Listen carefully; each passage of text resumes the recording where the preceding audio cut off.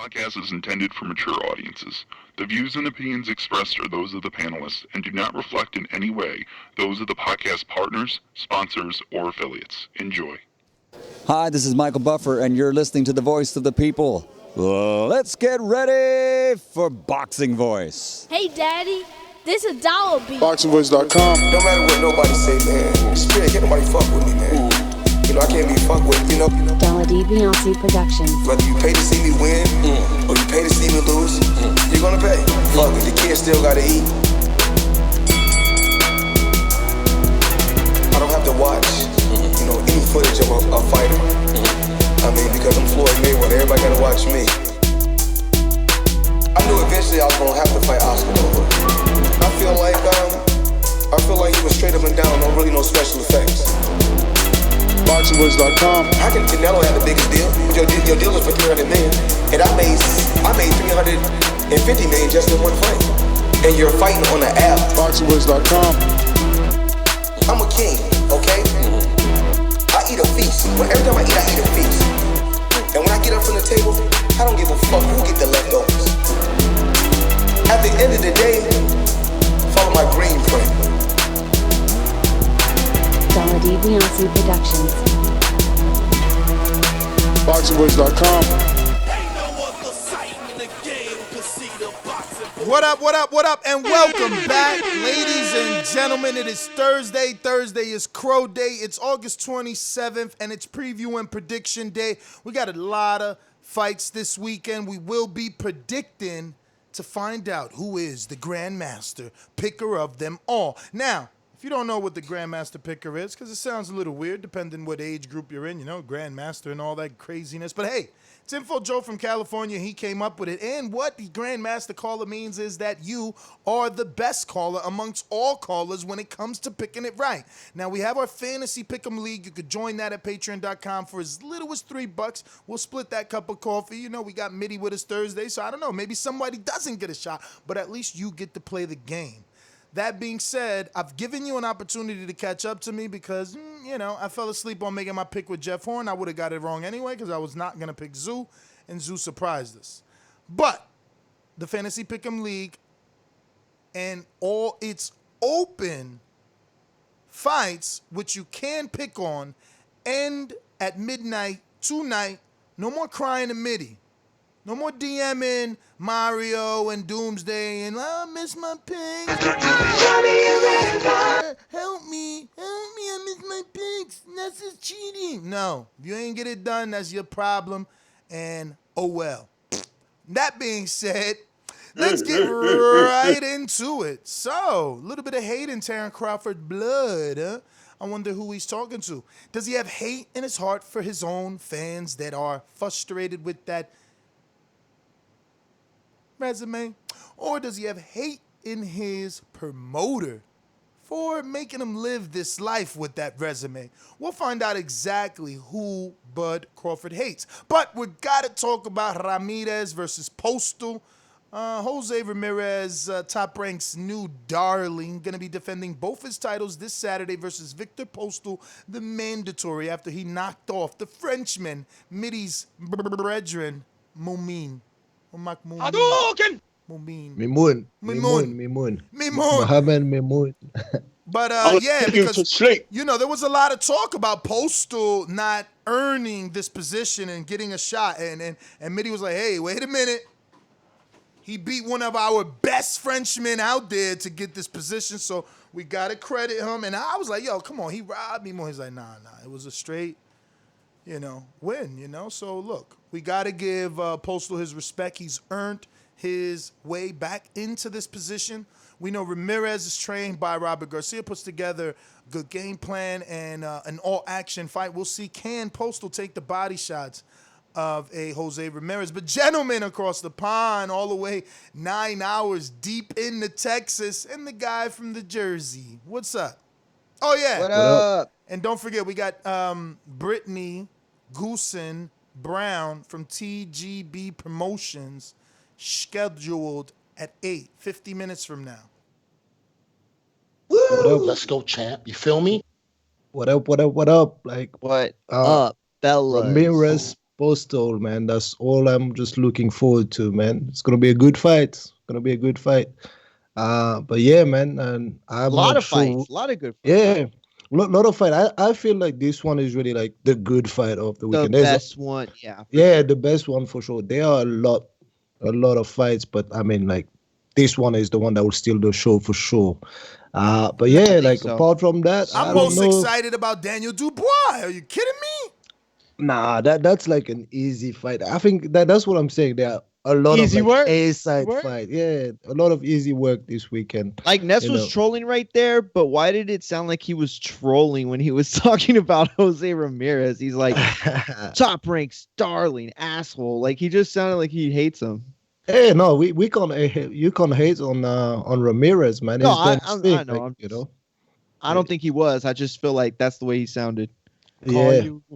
What about you, Doomy? What's the best fight this weekend? Yo, listen to me, man. We're back. We're back, man. We have stacked little cards. We're getting better competition. We got new and uprising stars fighting on these cards. You know, Elvis Rodriguez, the Dominican Nightmares, you know, new hope for the Dominican boxeo future, along with others, you know what I'm saying? You know, he's soup. And you got other guys in there. I mean, I went in there to try to see who Cody Wilson is.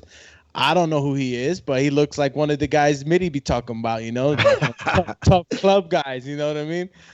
You ain't supposed to know about them at this time. You know, at this point in his career, it's normal for Elvis to be fed those guys. It's Dubois. Yeah, I don't know why, but I know why, because he's got another big fight lined up. But come on, man, we want a little bit more than that. A big But fight that might not happen.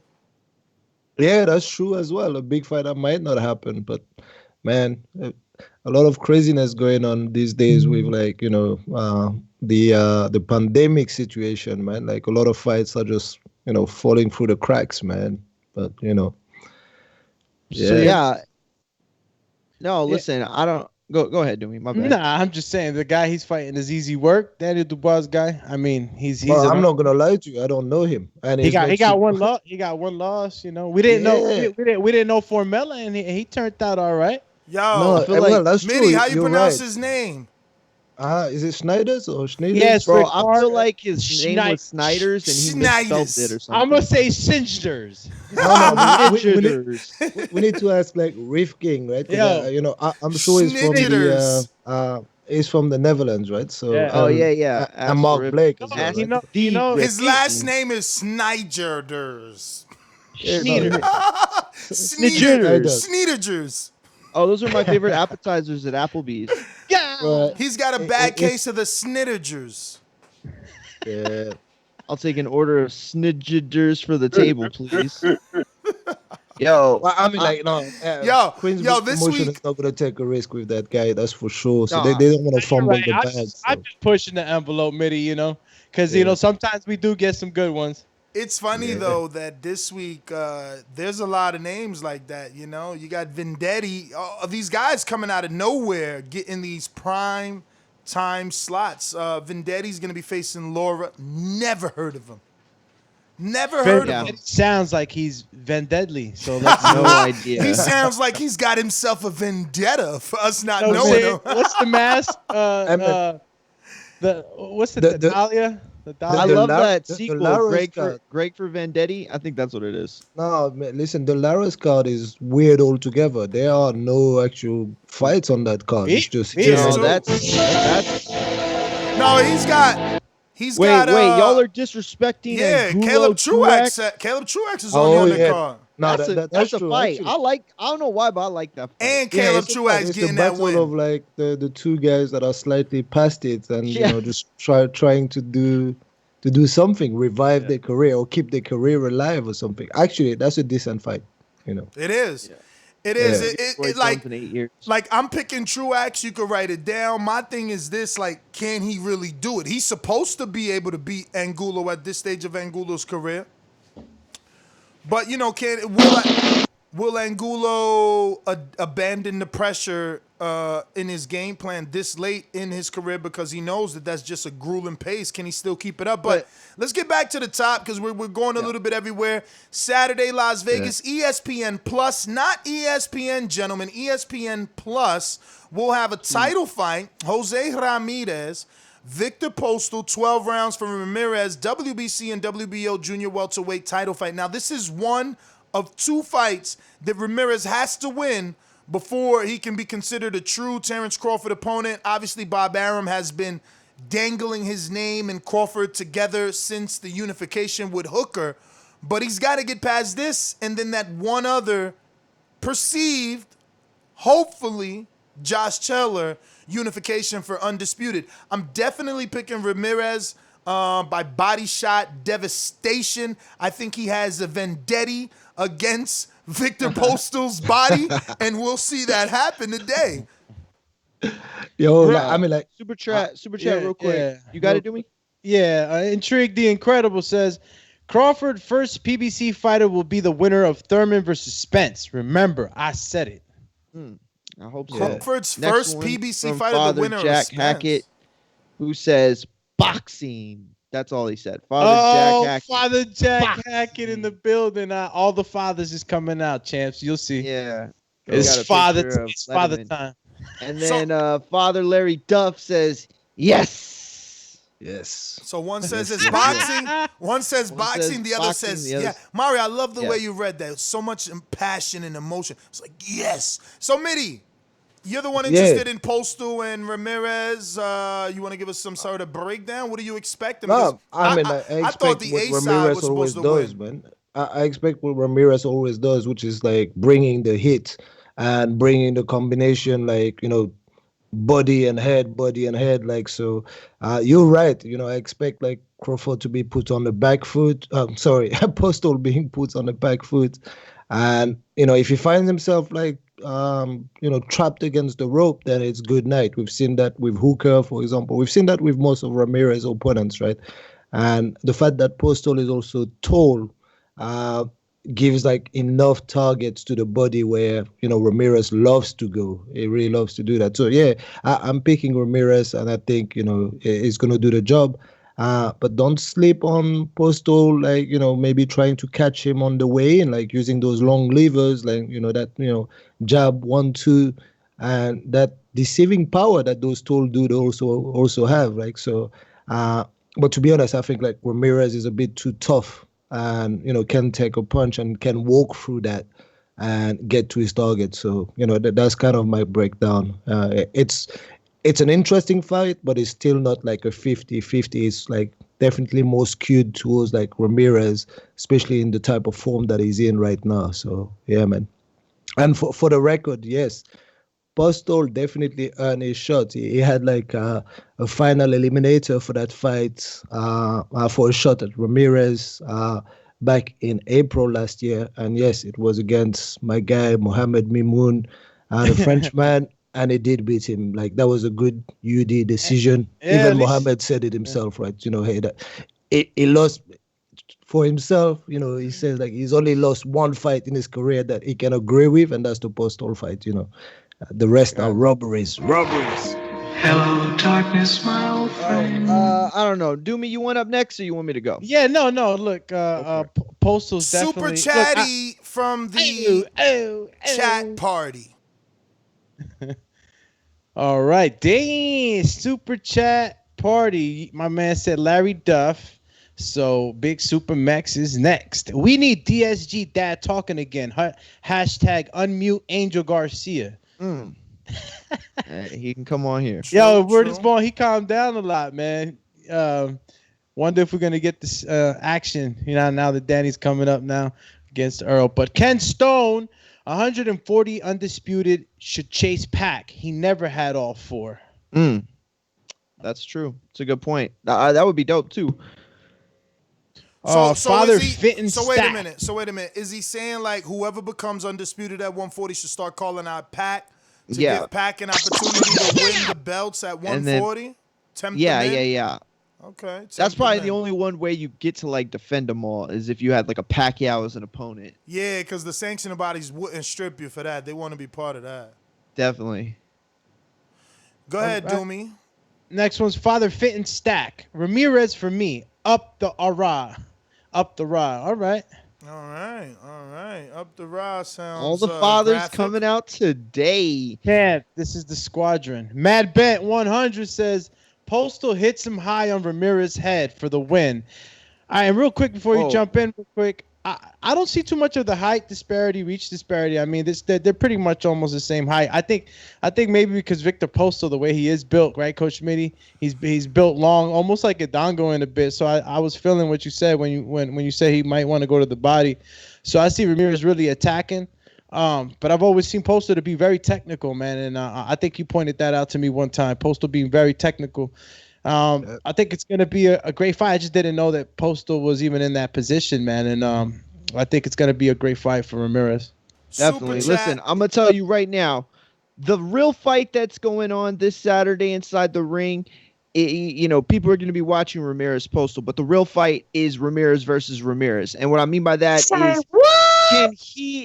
can he capture the imaginations of fight fans that don't quite yet see him with Crawford, don't see him quite yet in that arena or as a viable opponent. So the real issue is going to be, not just can he win, but can he win in the most impressive fashion in a way that starts to inspire the idea that, this fight would be pretty good with Crawford. Postol at this point is, basically the golden ticket to get the golden ticket to fight Terrence Crawford. He's fought Josh Taylor, he's fought Crawford. And so with Ramirez, in Top Rank, this is like, the interest building, common opponents. But I don't really think that works with Postol. So at the end of the day, he's just got to go in there and do it himself. He's got to build his own hype. He's gotten this far. He's in a pretty good situation. I think that Ramirez looks good on Saturday, fights Josh Taylor. If he wins that fight,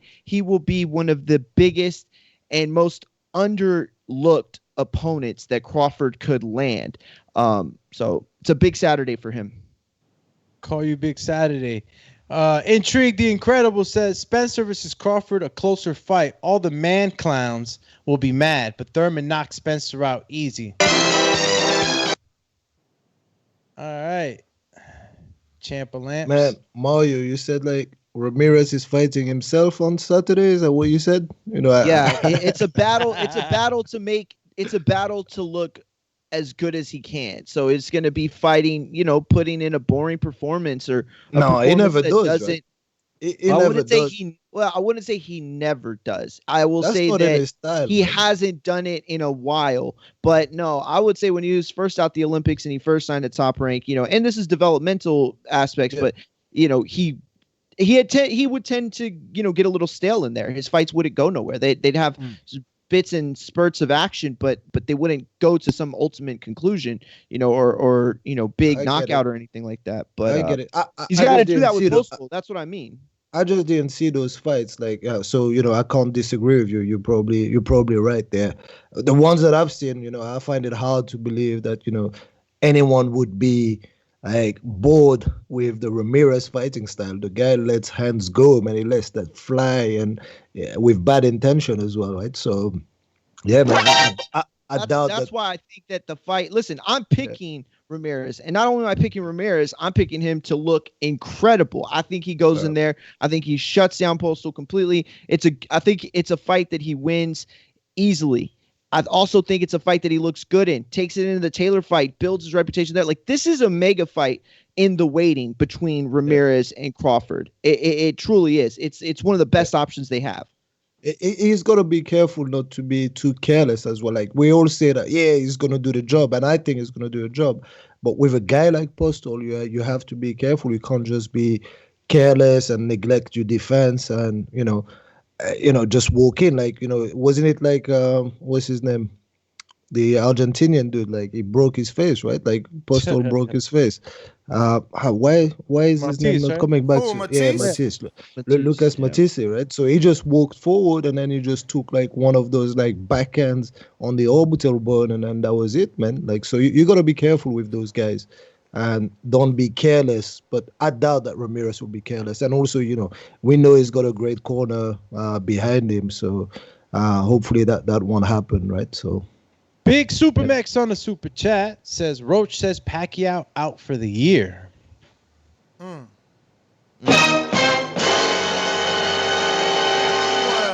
there goes the reason. I've seen Pacquiao training with his wife right now on social media. I've seen that like today, or I don't know if it's recent, but he was doing some like. But he didn't clarify it was an injury or nothing, right?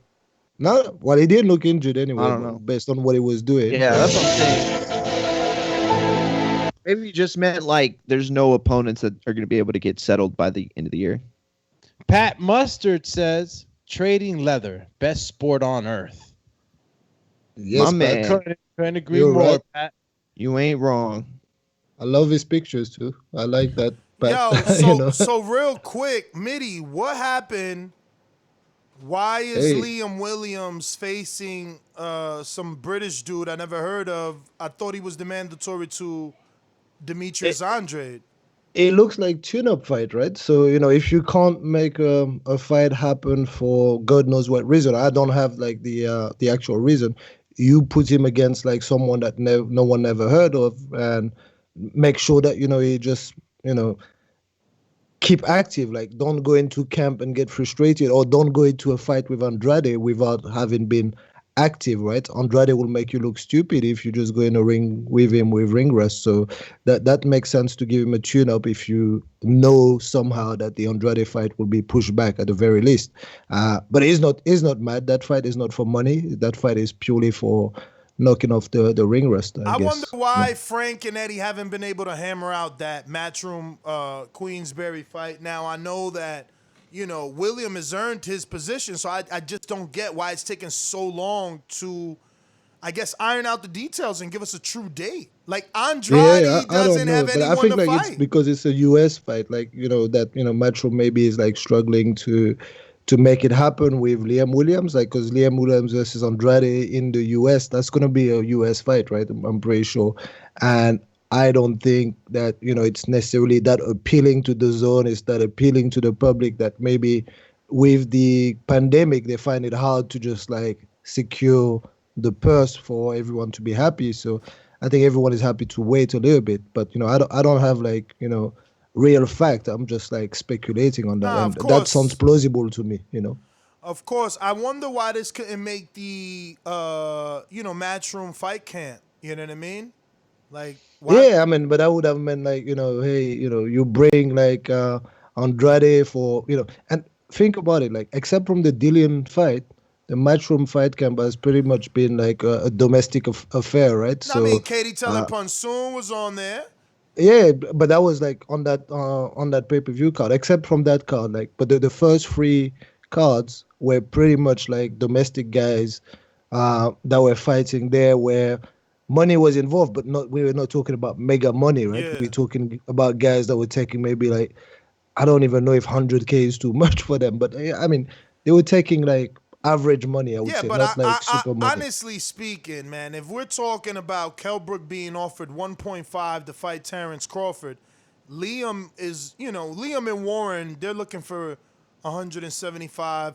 I'll cap them at 350. They're capped at 3. Like, I don't think they're looking for more and money they might than take that. But I really don't know what the reality of a fight like that in the US is, right? So like Andrade coming to the bubble on Fight Camp would not have gone for less than $1 million or something. So I don't know if any of the fights in the first free Fight Camp made that kind of money. I'm pretty sure that they haven't, so yeah, it's all down to money, I'm pretty sure, Man, Fight Camp is gone, broken down.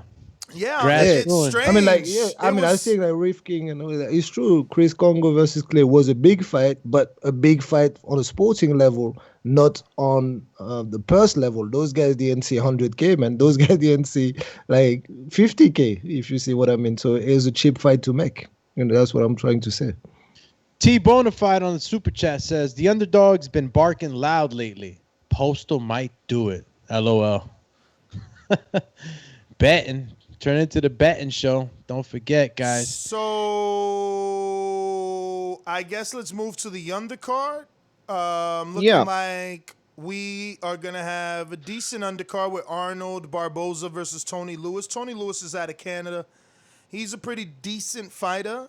Never really able to capitalize here in America when he has come. He's always come as an opponent, put on a good show, but not really a winning show. I'm not expecting Barboza to lose at all. I'm double checking the weight, make sure Tony doesn't have to move up or down for this, because I believe he was a natural 40-pounder, maybe 35-pounder. Yeah, he looks like he's been fighting. He fought at 147 2 fights ago against Adrian Estrella, but pretty much has been at 140, 135. What would you say? Is he a kind of a Steve Rolls coming to the US? But by 47, you mean he weighed over the 40-pound limit, because he didn't weigh 47 from what I'm seeing. Yeah, well, it says 147. I don't know if it's. No, you're looking on the right. If you're on Tony, his weights are always on the left, and the opponent would be on the right. Yeah, I couldn't see it. It was like mixed into the date the way I looked at it. Yeah, it is 144. So he's been on that weight. But you know, since losing here in America, he lost to Derry Matthews in the UK last.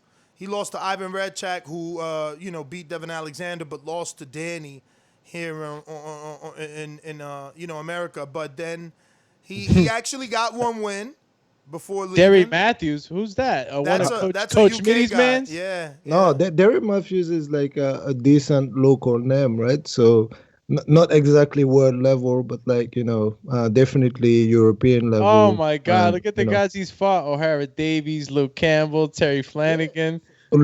Come on, those are good names. Terry Flanagan. That's what I'm saying. Is world level. I'm like, wow. Anthony Corolla.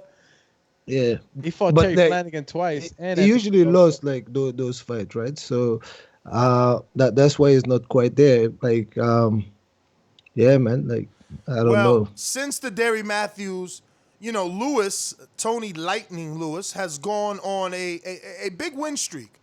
We're talking 1, 2, 3, 4, 5, 6, 7, 8, 9 people, 10 straight wins of people that I really don't know, all in Canada as well. So, he had 2 American fights here with Edward Valdez and Samuel Amoko, I don't know, but I'm going to go with Barboza. Barboza is the top-ranked fighter, top-ranked promoted product.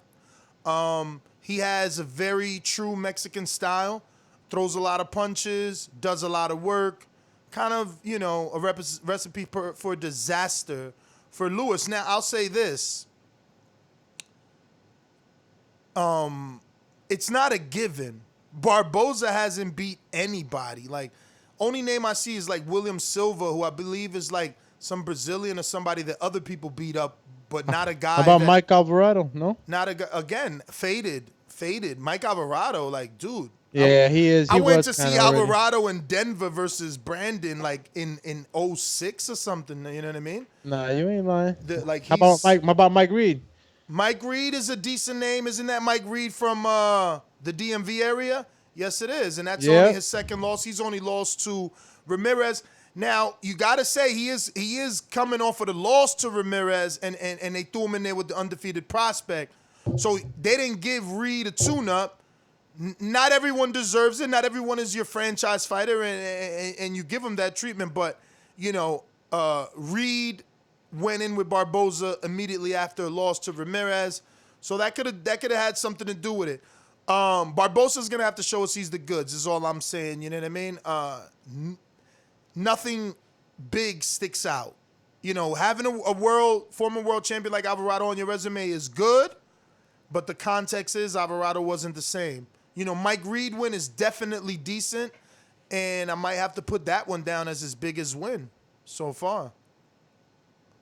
Yeah, I see him the bigger guy. Which, Reed still needs to do a lot of stuff in boxing. Like, he hasn't really, been able to do anything. He was on He was on a good win streak, undefeated win streak when he fought Ramirez, and that was his step up. You know what I mean? Like, he's only beaten names like Aaron Herrera and on that level type of fighter. You know what I mean? So Reed himself, needs to bounce back. And he has with 2 tune-up wins, but, we mean bounce back with like a good, decent winning name. But he's been inactive since June of 2019, Reed has. All right. Super chat by R. Jonesy says, Bud was probably talking about the Punk horse police. Horse emoji police. Punk horse police. Who was that? Oh, something must have happened with a police horse. I don't know. Yeah, I don't know. But I mean, look, we might as well get into it. People super chatting about it. I'll go ahead and say that I'm gonna pick Barboza, and then we can talk the Bud Crawford hate in his blood or hate in the heart, whatever he said on Twitter. Oh, yeah. Yeah, we could go through. Oh, go ahead, Mitty. I'm sorry. Go Mario. Go Mario. Like, that's fine. Go Johnny. Go. No, I was gonna say. Well, I don't know. What do you want to do? You just want to cut into it after the make your undercard? pick. Make your pick, champ. I'll go Barboza. Yeah, I think. Barboza. Yo, I'm going with Arnold. All right. So just to wrap up Top Rank card before we get to Crawford, we have Anthony Chavez on the undercard in a 6th round versus Chris Zavala. Never heard of either. 6th-round junior lightweight fight. I'll be tuned in and, check them out. I'll go with the A side for pick purposes, Anthony Chavez. Yeah, I'll go for Anthony Chavez as well. Man, you guys have to... Chris Zavala, bro. Educate me on those guys, man. Never heard of these guys. I don't know either of them. I just said that. Oh, yeah? Yeah, I just said that. The only ones I know are Elvis Rodriguez and Gabriel Muratalla. Well, of course, and Arnold Barboza. Muratalla. Yo, I got Chris on this one, champies. What? Why? Got Chris Zavala, bro. Why? Because he likes picking underdogs. he don't mind being the loser. He's from Long Beach, California. Shout out to JP. You know what I'm saying? JP gave him the heads up. I mean, he undefeated, top-ranked fighter. I might have to give it to him, champ. All right. Cool. Champ. I'm going A side. When I don't know, I am going A side. So, yeah. Damn, my pick. But you guys need to help me next time, man. You need to find out about those guys and tell me a little bit about them. So I'm going Elvis Rodriguez, continuing the knockout streak. I think we're gonna start looking to break Gennadi's knockout streak. I think that's what they told me. So I'm going Elvis Rodriguez, the Dominican Nightmare by stoppage, a.k.a. the Kid. Gotcha. You already know. We already know. Elvis Rodriguez all day champions. Yeah, I'm going for the Dominican Nightmare, and he needs to pay, copyrights to Ness for this name as well. Nah, that's not his name. His name is the Kid. We just throwing the Nightmare on there. You know what I mean? Oh, hold up, dog. Hold up, though. I mean, we all still gonna pick Elvis, but I got to make some phone calls. He's fighting a guy that just won a fight, right? Cody Wilson just won his last fight versus Dan Carpensi. I have to call my friend and make sure that's not Tommy Carpensi's brother. If that's Tommy Carpensi's brother, Cody got a win and took him 8 and got a UD.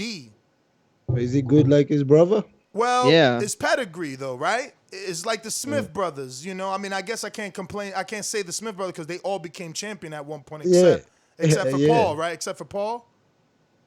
No, even him. I would just say there's a difference between Tyson Fury and I'm not trying to do US. Hell yeah. Yeah. I'm not trying to do US UK. I'm just saying usually it's a. I didn't think you were. It's a family of fighters, so I'm giving them pedigree. That's all. No, I feel you. Like the Gary Russells. They're always that good. Yeah, like the Gary Russells. But the Gary Russells are successful though, so I get the difference.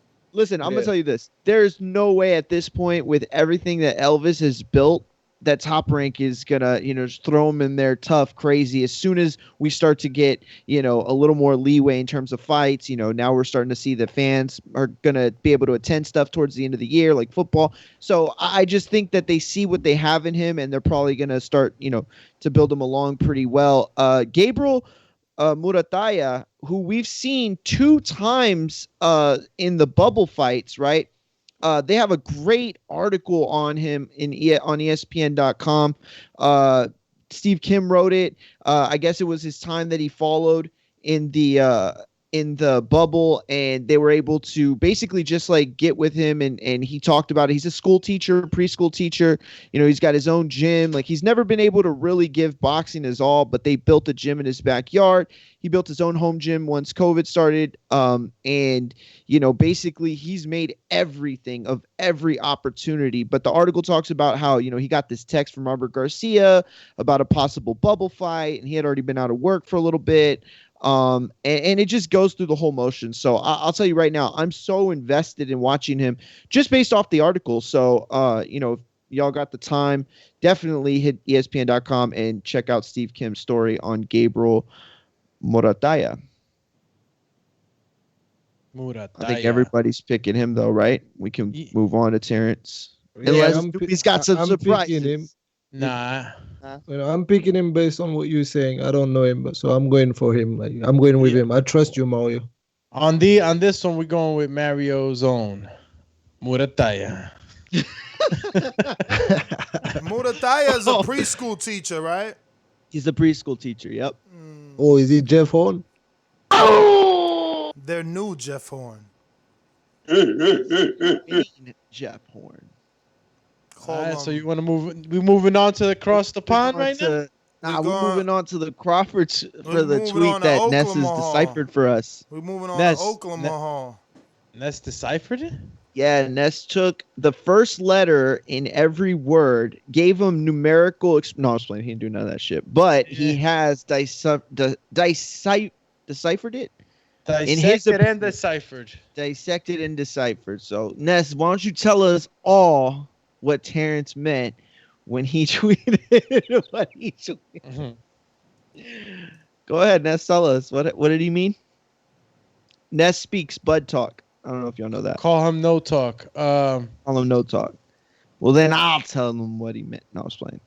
What do you think? I mean, look, there's a lot going on everywhere right now, so you know, he could have been speaking on things that are happening currently. I think that's what it was. I don't think it was a boxing thing. Yeah, me neither. Why don't you guys try giving the people what he did say? Y'all like just talking about it. Yeah, I don't think he meant it. The things are going on. It's like, what did he say? Damn it. Okay. Well, my bad. He said, so Terrence Crawford 21 hours ago tweeted, "I'm not even gonna lie. I have a lot of hate in my heart. Period."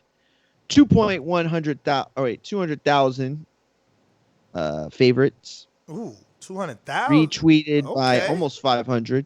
Wow, that's crazy. 200,000 people. Oh, no, my bad. It's 2,000. I'm sorry. Yo, you heard me sound so happy. I was like, wow, 200,000? I was like, oh, shit.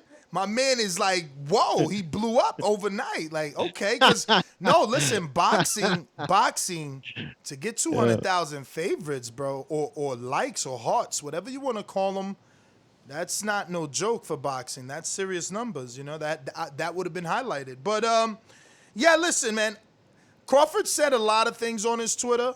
He got them butterfingers. Damn, why I keep making jokes without my beat? It's supposed to be like that this. Was a good one. That would have been a good one. It's like Crawford stays on Twitter. He got them butterfingers. You know what I'm saying? Nice. But that would have been smooth. But so I've always there's been other stuff like this that he just says. He just says stuff like stuff. I'm gonna look for it. But what do you think? What did you interpret it, Mario? I don't want to give my go because I want to bring up some of his other tweets. What did you think of this?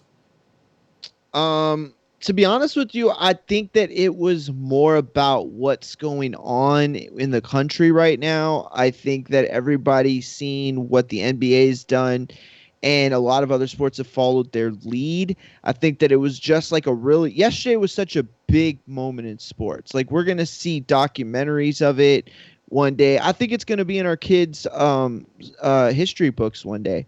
That was the most unprecedented thing that's ever took place for teams in a major sports league to just not play in the name of injustice.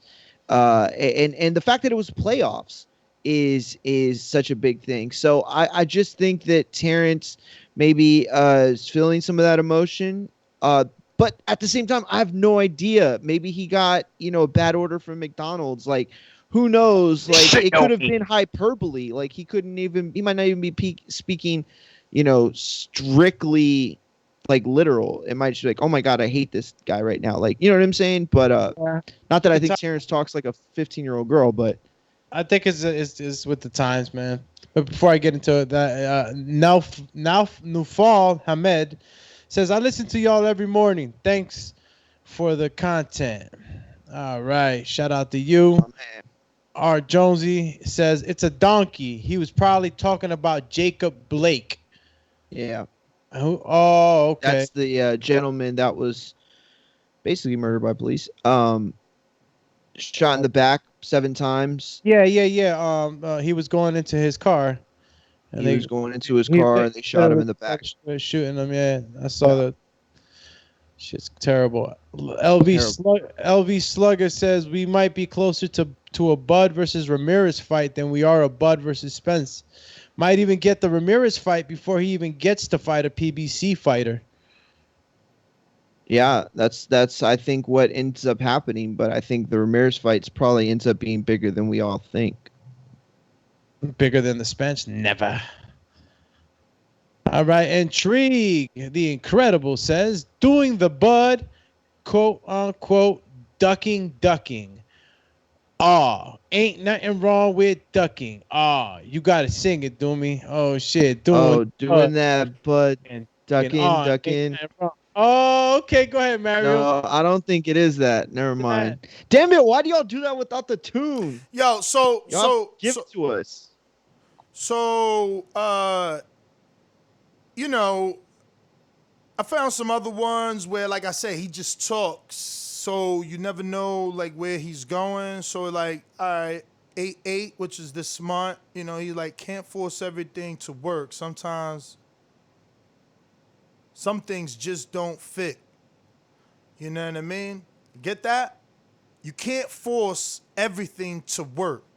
Some things just don't fit. Another one, can I learn anything from you that is useful? So it's like he be having conversations with people and only those people know who he's talking to. I get that. That's a good point. It's like how I read some of his tweets. So again, this tweet today where we're talking about where he says, I ain't gonna lie, I have so much hate in my heart. It could be taken so many different ways because we never know exactly who he's talking to. So, whoever. That's the point, though. Look at the timeline. Okay, it's like, okay, I don't remember how many days ago was Blake, and he wasn't the one that was murdered. I don't know why I said that. He was shot in the back trying to get into his car. That's what you said, right, Doomy? The one I was talking about, because what happened last night or 2 nights ago was the kid. He was 17 years old. He wasn't even with police. He was a police cadet or something like that, and he shot civilians that were protesting, but he was just part of like an armed militia. In Kanaj, thank you. Yes. I don't know. I was just completely got all the details scrambled. And so because that all took place in such a in that time frame, I just feel like, don't you think it's just more realistic that that's what was on his mind? I mean, it's kind of been what's been on everybody's mind. You know what I mean? I mean, yeah, it could have been that. Or it could be just boxing. It could be just frustration. Why can't he have hate in his blood for his promotional company that's really not doing right by him? Why can't he have hate in his blood for the constant media barrage that comes at him because he can't get the fights that he wants, but public perception is that he doesn't want those fights, He can have hate in his blood. Or from the fans that have been probably pretty ugly, right? Yeah.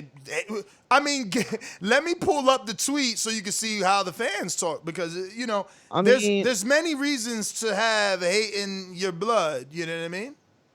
For anyone. I mean, I don't know. For any of us, though. For any of us, like, we don't know what anybody's going through. I would just pick some out. I don't know if I'd share them because you can't control which ones are going to pop up on screen. You know what I'm saying? Like, he's got a lot of love. I mean, some people just like, I feel you, brother. But his own sister, if I'm not mistaken, because I don't know his entire family, but I mean, you want to assume that's his sister. She tweets, quote tweets him. Her name is Letitia, right? Crawford, right? It says that. Right? No? Maybe just same name. All right. We'll go with that for now. Maybe. We'll go with that for now. But, she says, hate takes too much energy. Let it go. And I promise you, you'll feel better afterwards. So, there's people, thinking about his well-being and hoping that he doesn't, I don't know, get depressed in whatever state of mind he's in. No? Oh. Yeah, no, you're right. I'm sorry. I was just reading some of these. I was talking with my muted mic. Sorry about that. No, he's talking about what's going on, man. You look at the actual feed from that tweet, and you see a couple of people talking about the same things, and I think it's just that, man. It's just about what's going on right now, and like Mario was saying, the NBA doing what it's done, and something like this, it's a big thing, man, when you got unity like that. You know what I'm saying? Where are you seeing that correlation? Like, I'm on the tweet. Where do I find that? Yeah, I mean, you read down after Letitia, you start reading some of the people or what they're saying, and they're all talking about the same things. Yeah, I mean, like, there's a lot of, like, speculation. When I saw the tweet, but I think it makes sense for him to comment on the situation that is going on, right? So influential sports athletes have to use their voice to speak like that. And I'm seeing what LeBron did. I'm seeing, like, a lot of the NBA guys. And that's the way to use your voice and your influence. Like, so if Buddy's doing that, that's cool. And, yeah, man, like, I support that 100%. I don't think it's promotional talks. It's too cryptic to be promotional talks and all that. You know what I mean? Yeah. I guess I went the fighting route based off the comments from his fans. Like, yeah, there was a lot of. There's a lot of comments. That are keeping it boxing. Like, everybody's like, they're either like, you're a great fighter, or like. They ducking you, or other people taking shots. It's you know true. how it is. But you know what? And that's the thing. You're probably going to follow up with additional tweets, because when you're making, like, not a political stance, but when you're making your voice heard on important issues like this, you don't want them to be confused or anything. Your message has to be clear. So I'm sure that in the next few days, he's probably going to speak some more on it and make it very clear. And that will be good, right? So. When you just speak up on those issues, be clear and make it known to everyone that's what you're talking about and that's what you stand for. I'm sure that's what he's standing for, you know what I mean? So, yeah. Yeah, it's a bit cryptic. You can take it both ways, man. Yo, Rick Ramos is the second tweet. I ain't even noticed that. Rick Ramos, the trainer of Jessica McCaskill, says, therapy will help, my brother. Try it. It might work for you. God bless. Nobody even hearted that. Did he mean it sarcastically? I think that was, like, meant in good, right? Like, good faith, no? Could be. All right. So that was the Terrence Crawford tweet of the day. Alrighty then. Boxing expert. Boxing expert. Yeah, boxing expert says, otro episodio de Bud y su pandilla. Laughing my ass off. Says another episode of Bud and his gang. Laughing my ass off. Yeah, I mean, look, man, we have to report on the pound for pound king, man. He's close to getting a deal, it looks like, and you never know what is associated, right? Like, it was the tweet associated. You never know. Maybe, like, someone that is more of a Bud fan can break it down for us, or maybe it was political. I don't know. I don't really pay attention to political tweets, so I wouldn't know, has he spoken up on any other stuff in the past or stuff like that. But what's going on with LeBron?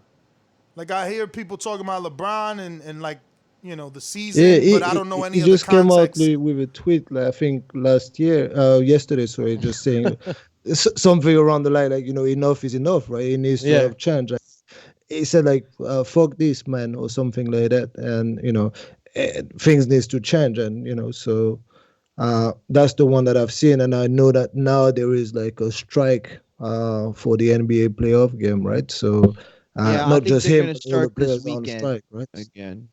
Yeah, they're not playing. They didn't play yesterday. They're not going to play today. The baseball canceled, like, I think 3 different games were canceled, so 6 teams.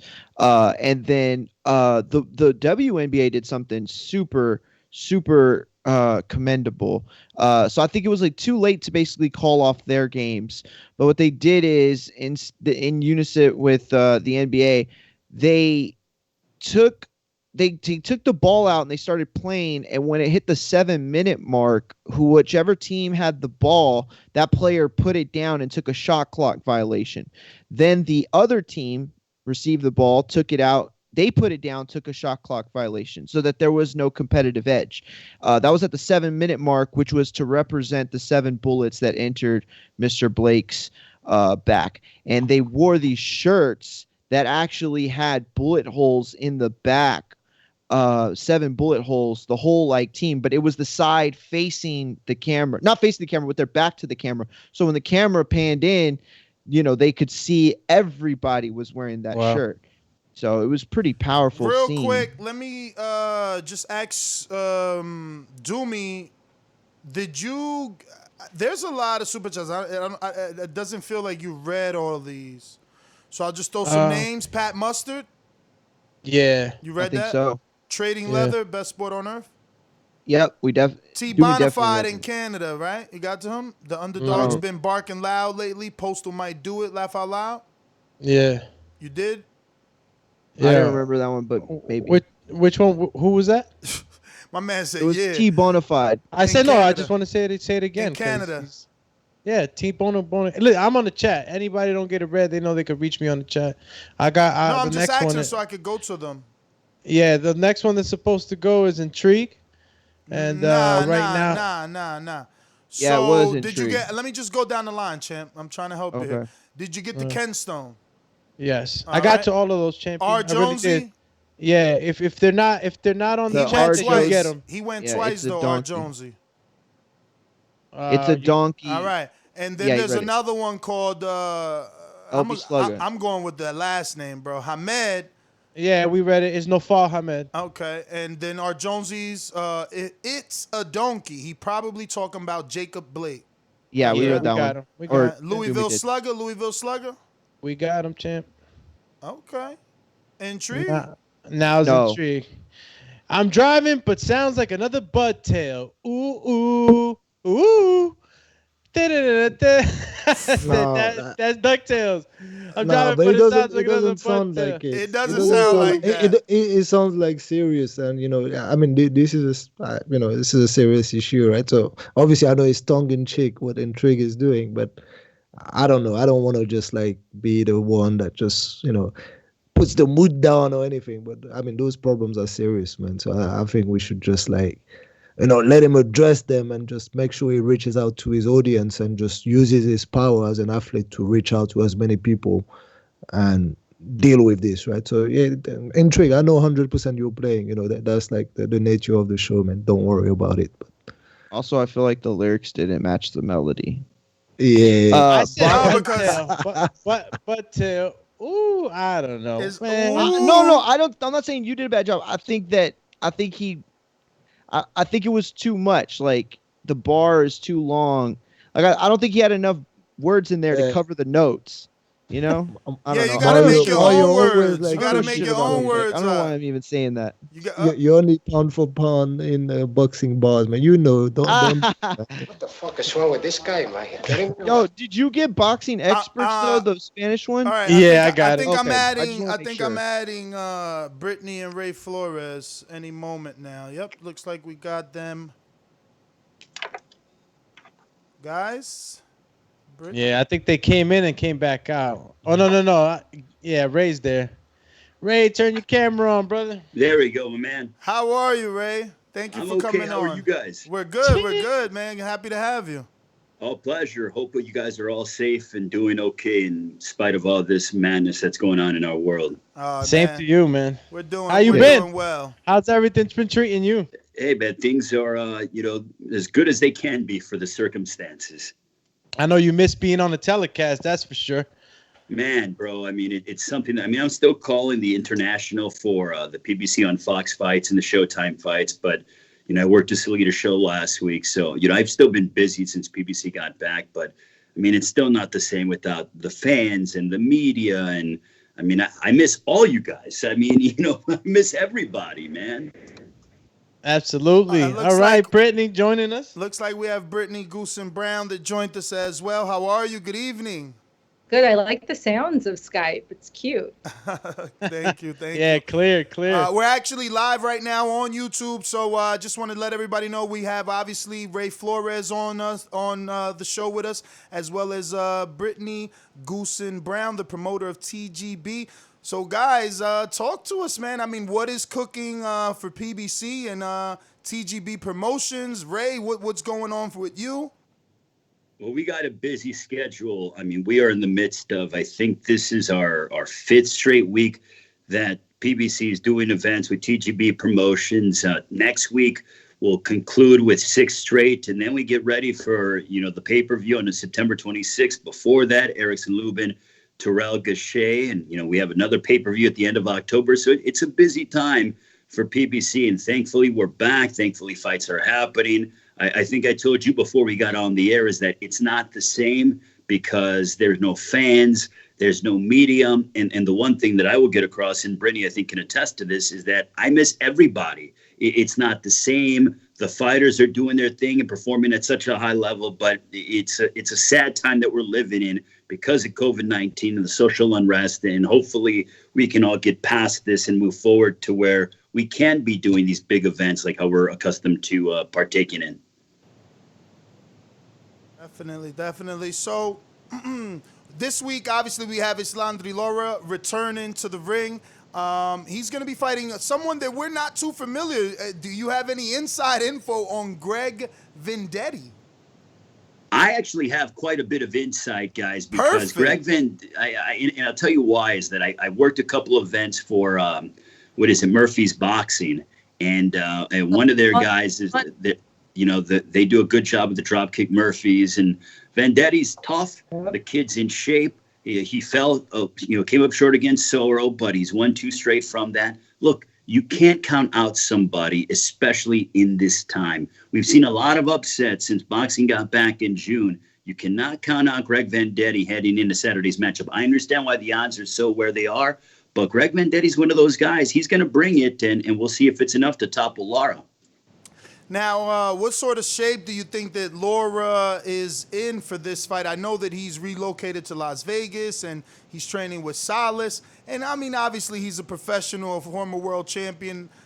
So I'm expecting him to be in perfect shape. But then it is COVID, and people are testing positive. Some people are not making weight. So what are you expecting from Lara? What I'm expecting out of Lara, and here's why I'm excited about this fight, guys, is that as Lara gets a little bit older, he doesn't have the ability to move around the ring with how he used to earlier in his career.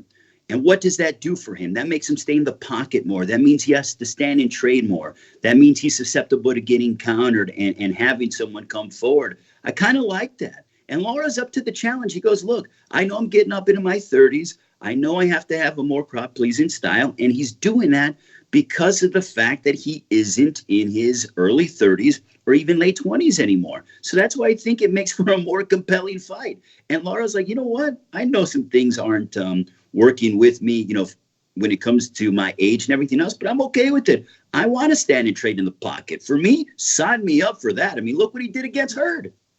No, definitely. Lara, in the later half of his career, like you said, because he's slowing down, he's forced to give us more action-packed fights. So, Brittany, I wanted to ask, can you give us your story? I feel like I know it, but I'm not sure, right?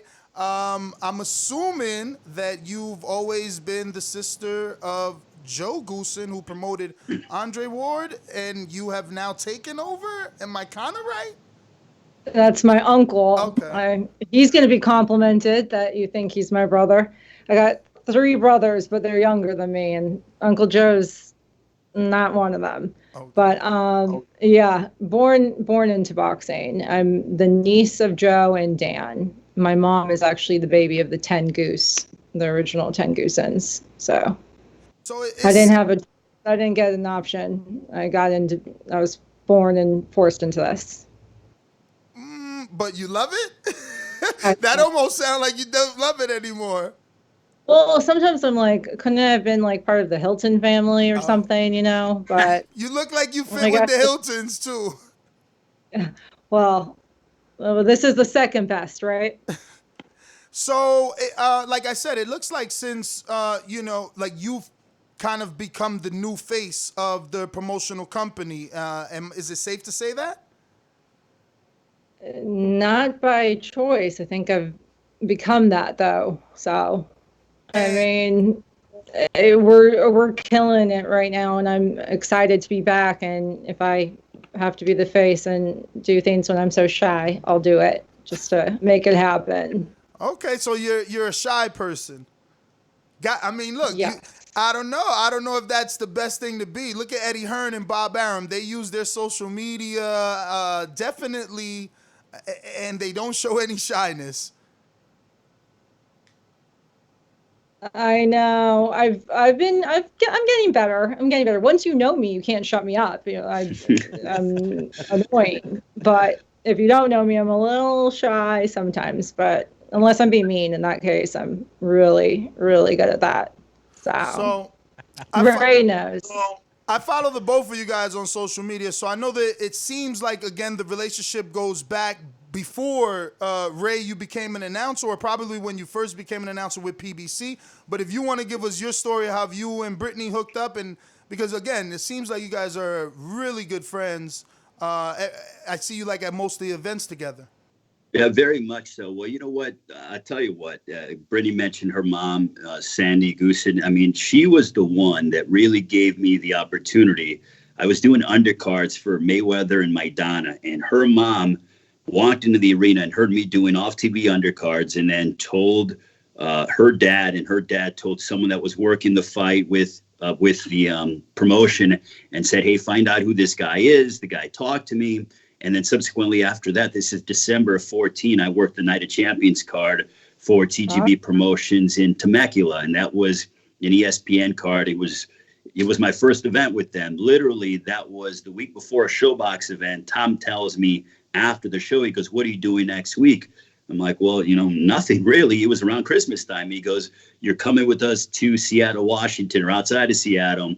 And I've been with TGB Promotions ever since. The one thing I will tell you, Nestor, and I'll tell everyone in the world, is that I got introduced to PBC because of the Grusin Brown family. So it was Tom, her dad, her mom, and then subsequently working with TGB Promotions, I had an opportunity to meet with Brittany. And when you're on the road and we see each other and we see people in the industry before COVID more than what we do our own families. We spend well over 150 days to 200 days a year on the road. We've been very blessed and very fortunate. So it's going through a lot of airports. I moved to LA here 2 years ago, and now it's flying back with the TGB Promotions crew and, having those 5 or 5:30 a.m. flights. And, after a show, not going to lie, I like to go and enjoy myself. So if I get upgraded, I'm going to, have a beverage or two, you know what I mean? So that's how we do it.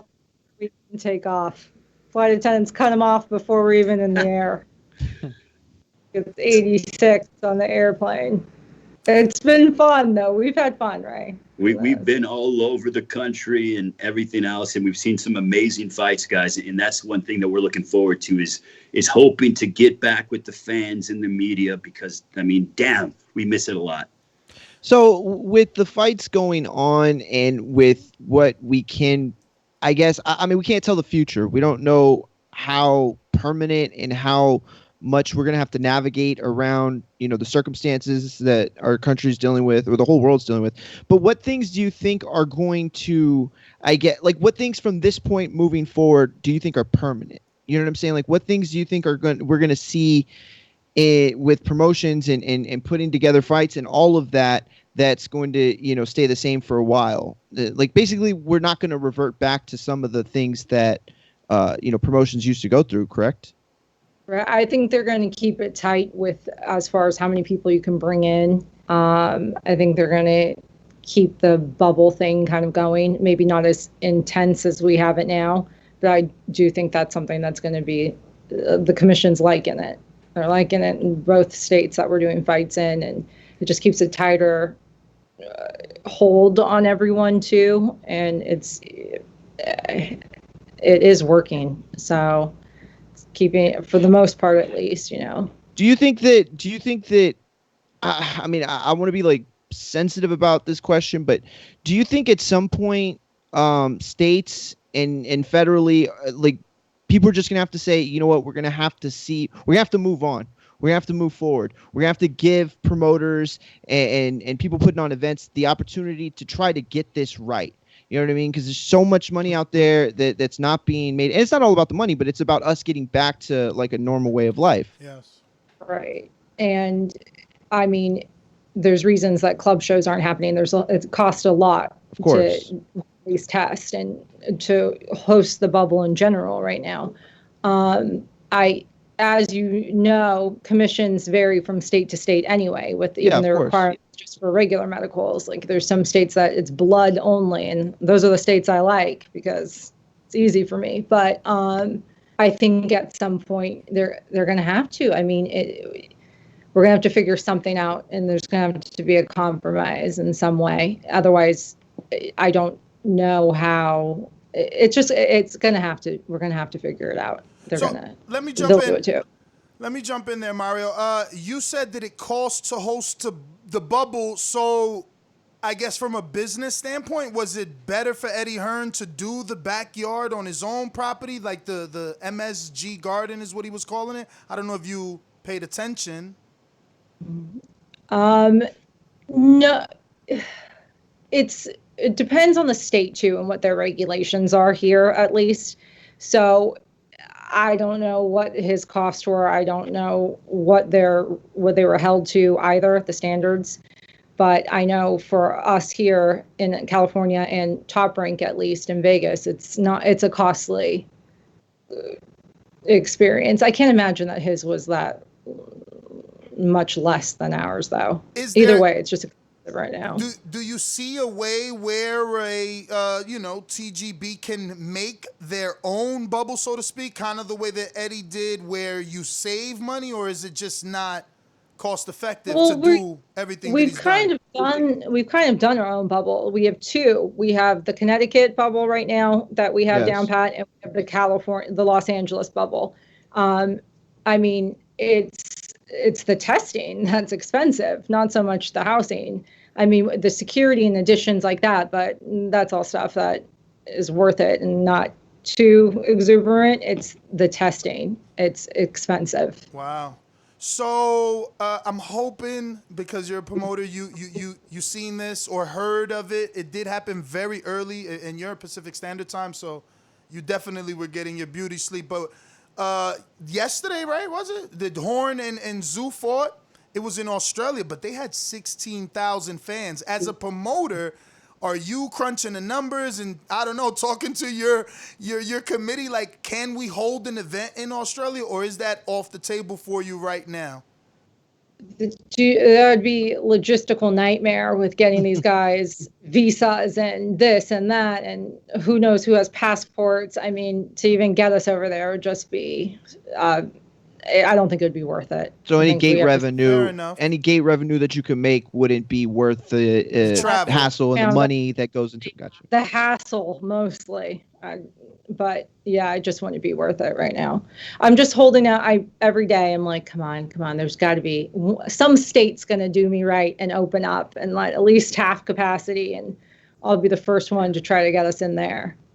I mean, as far as whatever is safest for the fighters, but I think fans being a couple. I mean, Ray, you were in the bubble last week. You were far enough back. Now. Well, you're in the bubble now. I meant you were in the venue. Yeah, he is in the bubble. He's in the bubble. But I just I hope we open up because for the fans too. It just even being in there, the energy of the fans for the guys. I mean, you see some big KOs and it's just like silent. And just, yeah, it's like, and they look around like they want that too. So, but listen, I don't want to make this like this question might come off a little weird, but I just bear with me. Okay, so we're in a situation where the card this weekend solid. It's good. We got some fights coming up. They're pretty good. They're, and throughout the rest of the year, y'all have some solid fight. Like everybody seems to be coming together in some way. But then there are some factions, some promoters, some fighters where it's like seems like it's completely off the table and that the money's not there at all. I mean, could you maybe enlighten us about I guess what it's going to take? I mean, is it purely attendance? Because y'all seem to be making off. Other fighters seem to making off pretty well and getting big, tough fights. Why is it that some fighters are only seeming to draw a certain amount during the pandemic time? Did you get that? I think he sent you down a mean, riddle that's there. so hard to say too. I think. Oh, I'm so sorry. It was cutting off. I'm so sorry. Go ahead. I think. I mean, as far as like viewership numbers, you're saying, or. No. That's why I said I think he gave you a riddle. So it sounds like you're talking. It sounds like he's saying. It sounds like he's saying you guys being TGB, Al Heyman, PBC are able to put on Earl Spence Garcia, while other promoters are saying we can't do Terrence Crawford, Sean Porter right now. We can't afford to do that. Right. Which just goes back to negotiating, guys. I mean, it goes back to negotiating. I mean, and also gate revenue is so important when it comes to the bottom line, and people need to understand some fights need to happen on pay-per-view because the money needs to be there. When you're used to doing a fight at the Staples Center and drawing between $3 to $5 million at minimum, that's a nice chunk of change for these guys to be able to take home. That's no longer there because of the worldwide pandemic that we are dealing with. So with fans, and I think Brittany can expound on this, please be patient with us. You're getting boxing back. I'm a diehard football fan, and I hope everyone's safe. I cannot wait for kickoff to see my Chicago Bears, even without fans, playing. I want to see my team. And if guys have to take pay cuts or guys aren't able, whatever, it is what it is. I'm just glad that boxing is back in any way, shape, and form, no matter what the fight is, to be honest with you. And look, that a lot of, we have every day things are changing. So I just hope that by the time we get there to that one specifically, that we'll have some kind of movement on crowds in some capacity at least. I mean, it's probably wishful thinking on my part, but I also thought we'd be done with this by the beginning of summer. So, but, let's not lose hope that fans can't be there. Speaking of wishful thinking, right? Like as boxing fans, when we sit here and we talk boxing for hours on the internet, our solution is put it on pay-per-view, like Ray said. As a promoter, can you just walk us through how difficult it is to get a pay-per-view on pay-per-view and have it approved by the broadcaster? And is it something that is always, I guess, the answer economically? I mean, I guess we're going to find out. This is all new.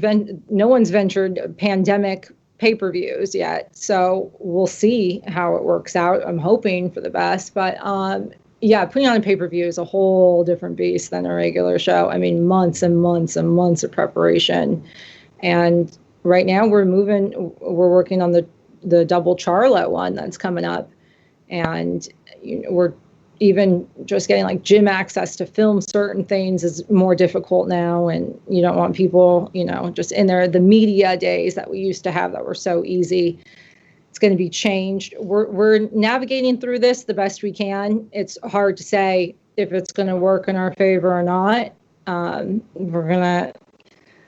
I'll know more October 27th, the day, after, or September. Oops. But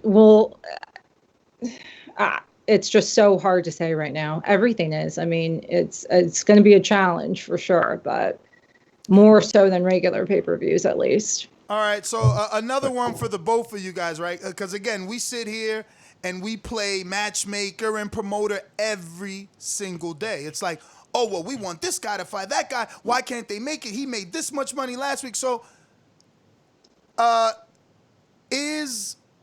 you brought up Charlo in the pay-per-view.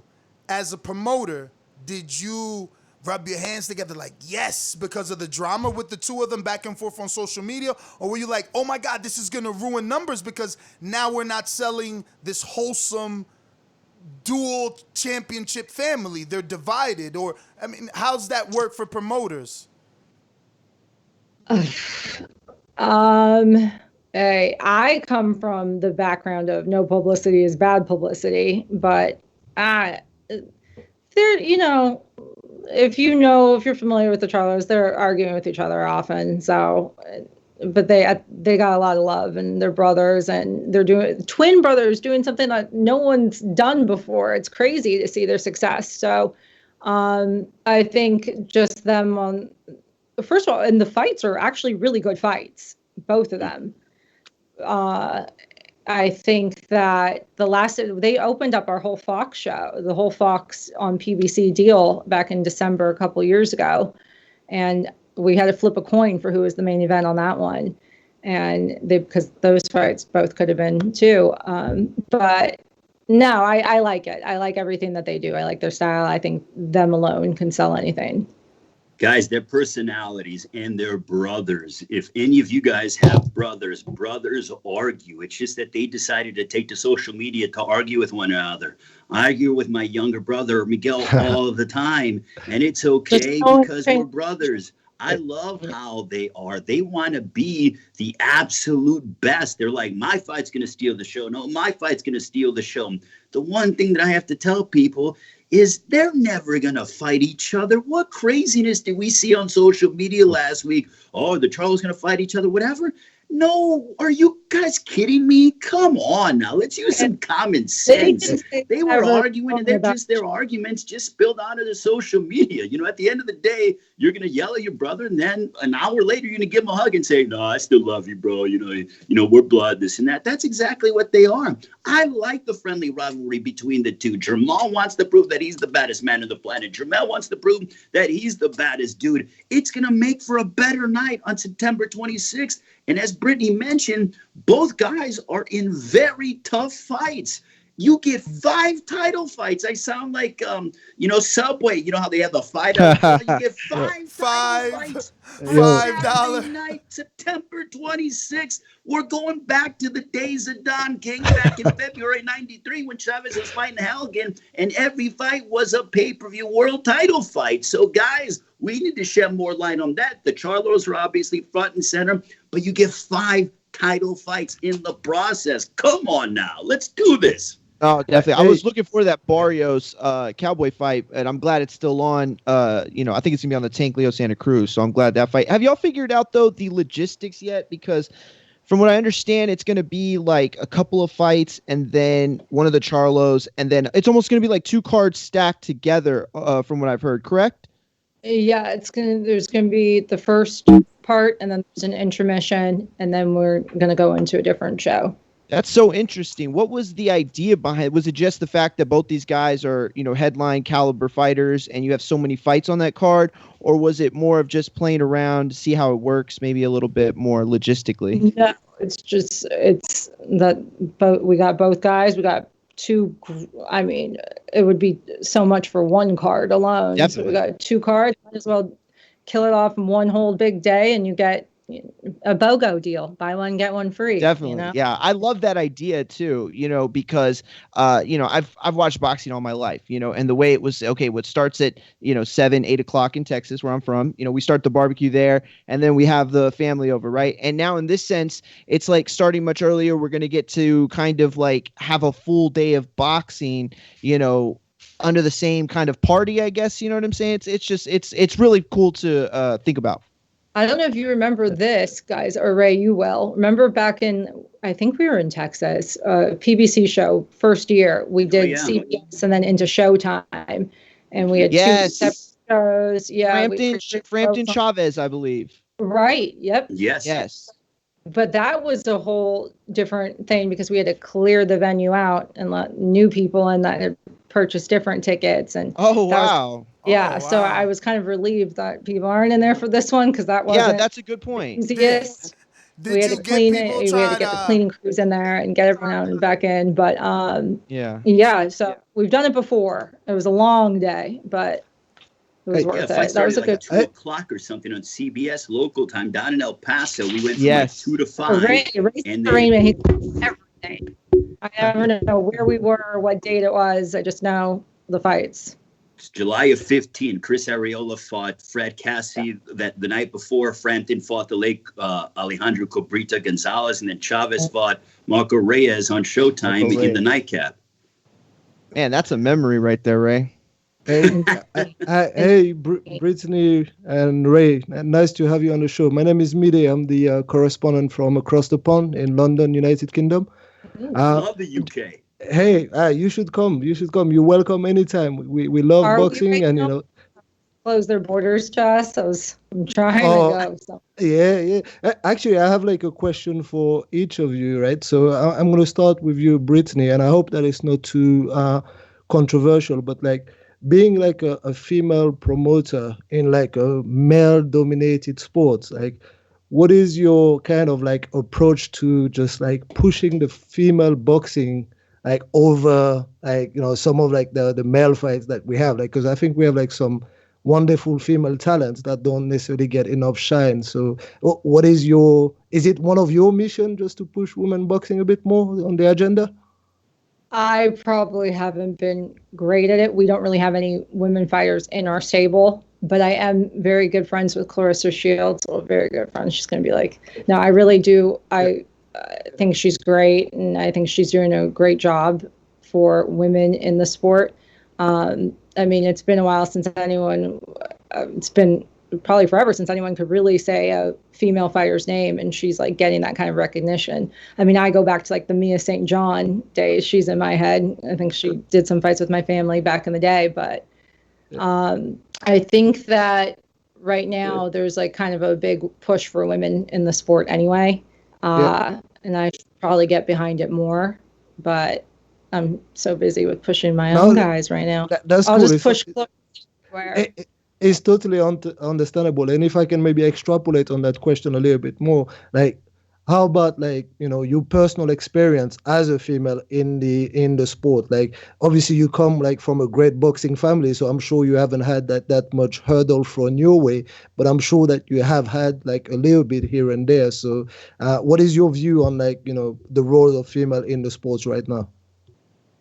I think there's so many more females in the sport than people even realize. We just are kind of more in the background of things. I think it's changing now. I think there's some like big push for women, but for me, I don't know. I guess I've never felt like I was treated any differently because I was a woman or not. I wouldn't know. Someone asked me the other day if I was ever disrespected, and I was like, oh yeah, but like not because I'm a woman. I'm dealing with people's money and their exactly.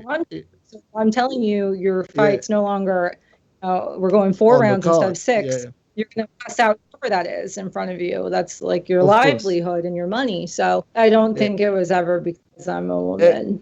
Listen, I love that answer, and it shows like that boxing is like a good sport, right? So there's like not as much bias as like people think. But now, not at all. And they're actually. I've been nothing but respected. Sometimes I'm like, wait, what? Come on, guys. Like, I'm getting kind of mad the other way now. But it really is nothing but respect from the fighters and everyone that I've dealt with. Cool. And Ray, I said I had like a question for you also, and that question. Right. No, not the same question. not the same question. No, but the question that I had in mind, like, came when we started to talk about the Charlos, right? And the way I see the Charlos, I see 2 fighters with like a big personality, and they don't really take kindly to any kind of criticism. Like, and I think that's true for most of the fighters, right? Fighters have like egos, and it's normal. But you being an announcer, and having to call fights and everything, how do you deal with that? Because I'm sure they turn around to you and say, oh, what happened? What did you say on that fight? So how do you deal with that, and how, kind of just like prepare for a fight and call a fight essentially, and being conscious of not making those mistakes with those kind of fighters anyway. Here's what I have to say is when it comes to calling fights, I have to be unbiased, because even though that I'm very cool and I'm friendly with guys and stuff, I mean, I think boxers are the most accessible, fighters in general, the most accessible and down-to-earth people that I have met over the course of being around general sports. And I've covered, all of them. But nonetheless, is that I have to take my affiliation, or if I know, hey, if I say this or if I'm calling something, I have to call it exactly in front of me. Just to give you a couple of examples, when Travis Kaufman, who I'm very friendly with, guy is, down to earth, beat COVID.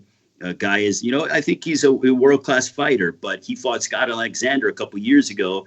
And I thought that it could have been, a victory for Scott Alexander. And they asked me, they're like, why did you call it that way? And I told them, I go, this is what I saw. This is what I believe in. I don't have any reason to bury you whatsoever. And they respected my response. The thing is, everything I say on the air, if someone catches me in an elevator or whatever the case may be, I'm okay to answer and stand by what I've said. There have been other cases, I'm not going to get into it, where other people haven't been as, they didn't like what I said. And Hey, what happened? I had to face up to it and, answer what I was saying. And I was like, I stand by what I say. I'm all about promoting positivity in the sport and making sure that we go forward. The old guard is used to potentially burying fighters and being pessimistic. We need to stop that mentality of being so negative and pessimistic about the sport. Every single week during the course of the NFL season and college football season, you have over 100 games out there. Not every game is going to be a Super Bowl caliber matchup. Sometimes you have matchups where teams are doing well, other teams are sputtering, but there's still football on. We need to temper our expectations. Sometimes guys need a stay busy fight, and sometimes the stay busy fights are even better than the big blockbuster matchups. Long story or long answer to your question is I've had to answer for everything that I've said. And if guys don't like what I say, I'm okay to answer their questions as for them to question me on it. So just like a quick additional. Sorry, go ahead, Brittany. Sorry. I like to tell Ray that people are mad at him for what he said. I just make it up. Like with the Adrian Broner, I went for a year with that one, huh, Ray? Wow. Yeah, she told me that Adrian Broner was mad at me, and I said, "Well, even got him in on it." He was like, "Am I?" I was like, "Yeah." No, but there are some very touchy fighters, and we know that also. Like being part of like a podcast, and we interview some of those fighters, and we can see that also. But then, like Ray, again to extrapolate again on that question a little bit, like we know that boxing is like different from football, right? So in every fight, you usually have like an A side and a B side, and at least like from a UK perspective, it feels like on the telecast you can always really tell who's the A side, right? And the commentary sounds like sometimes a little bit biased. So I'm happy to hear that you always call it as you see it, right? And I want you to come to the UK and be one of our telecast guy, right? Because I used to call fights back in the UK back in 2011 on the Active Channel and Setanta Sports. On Setanta, yes. Stuff back in the day. So I mean, I'm familiar with London and Manchester and whole England. I mean, I love it out there. The food is fantastic. The pubs are second to none. So I definitely want to go back. Believe that. Yeah, no, please do come back, because I'm wondering if you've seen in the industry like people getting like maybe a script from the promoters and say, hey, we need the narrative to be pushed a certain way for a fighter as opposed to another, right? Because like sometimes the A side needs to come on top in a specific fight because you don't want to just ruin the next fight, right? So what is your take on it? Have you seen that? And I heard that you say that you don't do it, but have you seen others doing it basically? Right? I haven't seen others do it, and it's never happened to me whatsoever. PBC and TGB and every promoter I've worked for, and I've worked for a lot of them. And no one has ever told me, hey, push this or make sure you don't say this, make sure you don't say that. They let me do my job. And they're like, that's why I love being able to do this business, because I'm literally given free reign to do what I want. I just have to follow the format, and then I work with my producer and I go from there. No one micromanages me whatsoever. That's why I love being a part of this boxing business, guys. There's no other world that I live in that I can pretty much do and say whatever I want. And people trust me in doing that. That's why this is the greatest job in the world. I'm a football guy. I love football, but I will always, till the day that I'm 6 feet under, will always be a boxing guy. That is a fact. Beautiful. Cool. Hey, I love that energy in your voice and that enthusiasm, guys. So definitely do come back in London. That'll be cool, man. Like, we want to hear you on our shows, man. So real quick, I know you guys have been on for some time. So if you have a little bit more time, we have a few questions from the people, all safe, nice questions. If you do have the time, if not, we'll save them for next time. Because, I know you guys are busy, available. I'm good with it. All right. So got it pulled up if you're... Yeah, the first one is from Javier Caputillo. You guys should know him, but you can take it away, Dumi. Yeah, it's Javier Capetillo over there from California. Like Ness said, you guys must know him already. Just want to tell Brittany to keep up the good work. PBC family. Oh, thank you. All right, the next one's coming from Steve in Chicago. Says, thank you for coming on the show. We all know PBC has the most skillful talent in the boxing game, and I appreciate the work you do, as you will have the most entertaining cards this year. My question is, what is the most craziest request you had from a fighter on the day of the event? To use my bathtub. Oh, man. Yeah. For weight cut? Yeah, I was like, on the day of it was the day of the weigh and not the fight, but it's still, I was like, why can't you use your bathtub? He was like, I don't want it to get all messy and stuff. I was like, no. I get weird.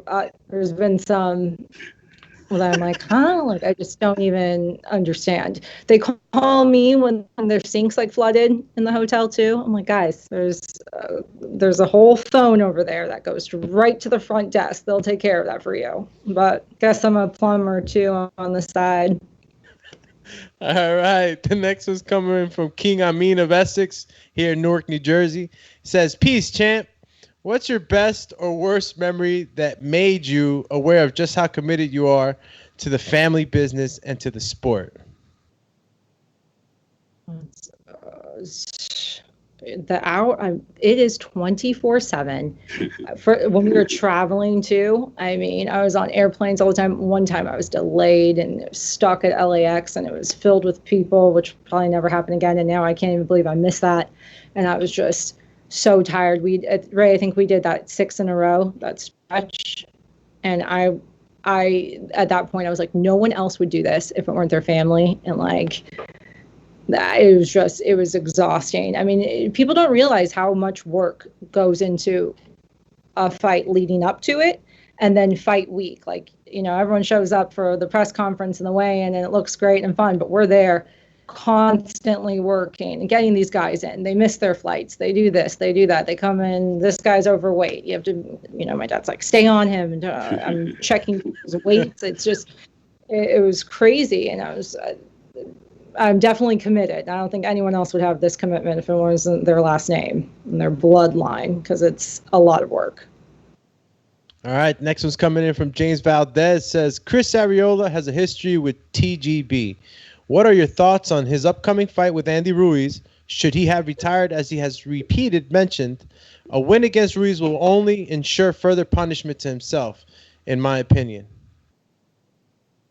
Okay, Chris has been with my family forever. In fact, when my Uncle Dan passed away, Chris's first fight back, he wore 11th Goose on the back of his trunk. So he's like a brother to me. Who's to say that it's going to be more? It's a heavyweight fight. You never know what's going to happen. Chris looked really good, and since he's been with my Uncle Joe, his last fight, he looked really good out in New York. I thought he looked. I think what he means is if Chris beats Arreola, it only ensures It's only going to ensure an even tougher fight because he will be 1 inch closer to like a title. But who knows? I mean, again, it's heavy. We'll see. But I have faith in Chris. I think he's still okay to go. And there's guys that we have that I'm like, no more. You're done. But I think Chris is still okay. He's still got it in him. All right, next one's coming in from George Foster in the UK. Says, in hindsight, do you think Wilder should have taken the $100 million DAZN offer? No, never say that. Never, no, not at all. I'm never going to say yes. Think DAZN anyway, but it's a no. He's a loyal guy. Some people aren't all about money only. Okay, there's a whole lot of other aspects to it too that people just don't even understand, but. Deontay is right where he should be. And he's done quite well, guys, since, with the fights that he's gotten financially and stuff like that. I mean, he's done pretty well for himself. I think he's all right. Those are AJ fans upset that they never got that fight. So, they can't let it go. Well, who is to say that the fight was even going to happen? That's the thing. Who's to say that the fight was even going to happen? Let's be real, guys. I mean, wasn't the whole talk over there about, Canelo and Triple G number 3 and this and that? And last time I checked, is it happening? No. So I'm just saying, like, it's not that easy to make fights, even if you're on the same network. Like, guys, let the people in the boxing business, like the BGBs of the world, make it behind closed doors. Definitely. Any more? That's Yeah. Now we got 2 more. We got Ruin the 504. I believe that's New Orleans. Says, any more plans to bring boxing back to the Gulf South, like the? Oh, this is a little French on this one. Coach Bayou Riviere. Yeah, Bayou Rivage card with Ugas. Yes. Beau Rivage. That's what it's called. Yes. Beau Rivage. You know what? I thought we were going to be there. We were supposed to be there for my birthday weekend. We had a fight planned there. Brittany, I don't know. We don't know your birthday, by the way. We don't know your birthday, by the way. End of April. End of April, guys. I was saying it to Ray. Sorry, my bad. End of April. Yeah, I know. Beau Rivage, it's kind of hard to get to, but right now we're really set with this like Connecticut and LA thing. But when things open up, I'm sure we'll be back there. Good crowds come out at Beau Rivage. Ray, you don't like it? I like it down there. Look, the blackjack tables have a nice little minimum. They got a sports book. They do. They got a good. Just for my own benefit, where is that exactly in the U.S.? What state is that? An hour and a half away from New Orleans. Oh, New Orleans. Okay, so that explains the French name, right? Okay. Yeah. Cool. But it's like it down there. A strip of hotels, and you can drink in the street. It's a fun little place. So, Brittany, just for my own, just to hear what you have to say, what did you make of all the promoters giving out possibilities, their ideas of where they could put boxing on? And we heard things like one was a boat, right? We heard boats. We had we could put it on a boat. Obviously, they said the backyard before the backyard became real. It was the backyard. Do you guys remember any others before we let her answer? But there was just a lot of options. Did any sound unrealistic to you, or anything that you was looking forward to? I loved that everyone was brainstorming like that. It was we wanted to get back, and we were going to figure out a way. If the commissions weren't going to help, there was going to be a way that we were going to get it. So I supported some of them. I was brainstorming myself for some ideas too. Like, just we got to figure out where to go and how to do this. Luckily, the states worked with us, and we're making it happen here in kind of a normal setting. But no, some of them, you got to do what you got to do, right? Make it happen. So yeah, I supported it wholeheartedly. Yeah. I mean, some of them look really nice visually. I don't know if you've seen the one in the streets, right? Was it in Tulsa or something? Like, so if you guys could do something like that for the viewers, that's pretty amazing to see that, the backdrop and all that. So obviously the boxing is the main point, the main thing, but that looks cool, and that's kind of innovative as well. It works too, so you have to have a place where you have to take that into account.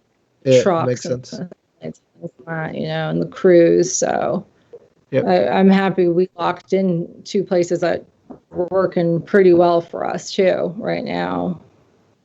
Great. These All right, times are crazy. Yeah, definitely. We got 3 more. I know you guys been wanting with us for a little bit. Wasn't the what you last saying? one Benitez? No, you got Ryan and Big Casual still on there. If they were the last minute turn-ins on you guys questions. have the time. You have the time because if not, it's okay. It's understandable. I know you've been on already 45 minutes. Just keeping it a reminder. You're good?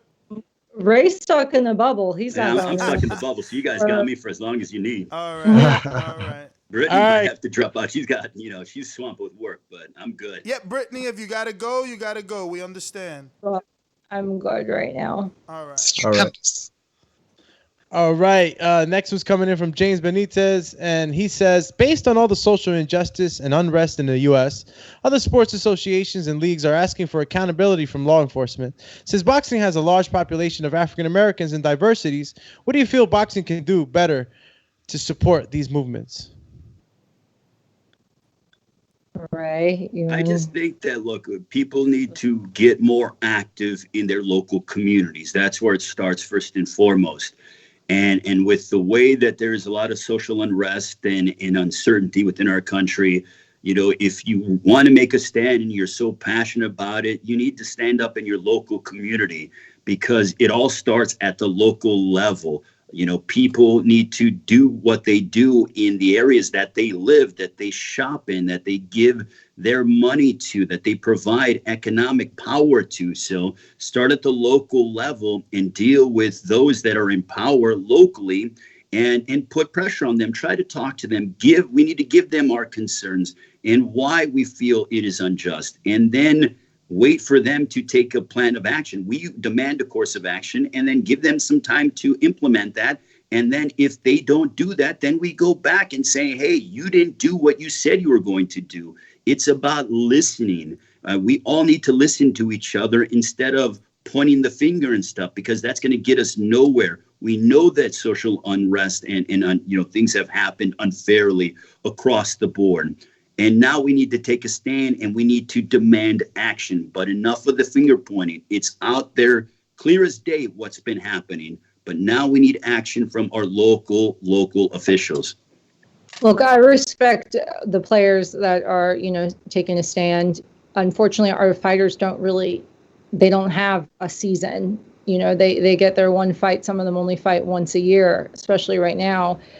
I don't think they are in a position where they could postpone or drop out. They need to fight, so they're going to have to do it in a different way to take their stands. And you see a lot of people speaking out on social media and, are supporting the protests and those kinds of things. And they're making their voice known just in a different way than like the NBA is able to do it.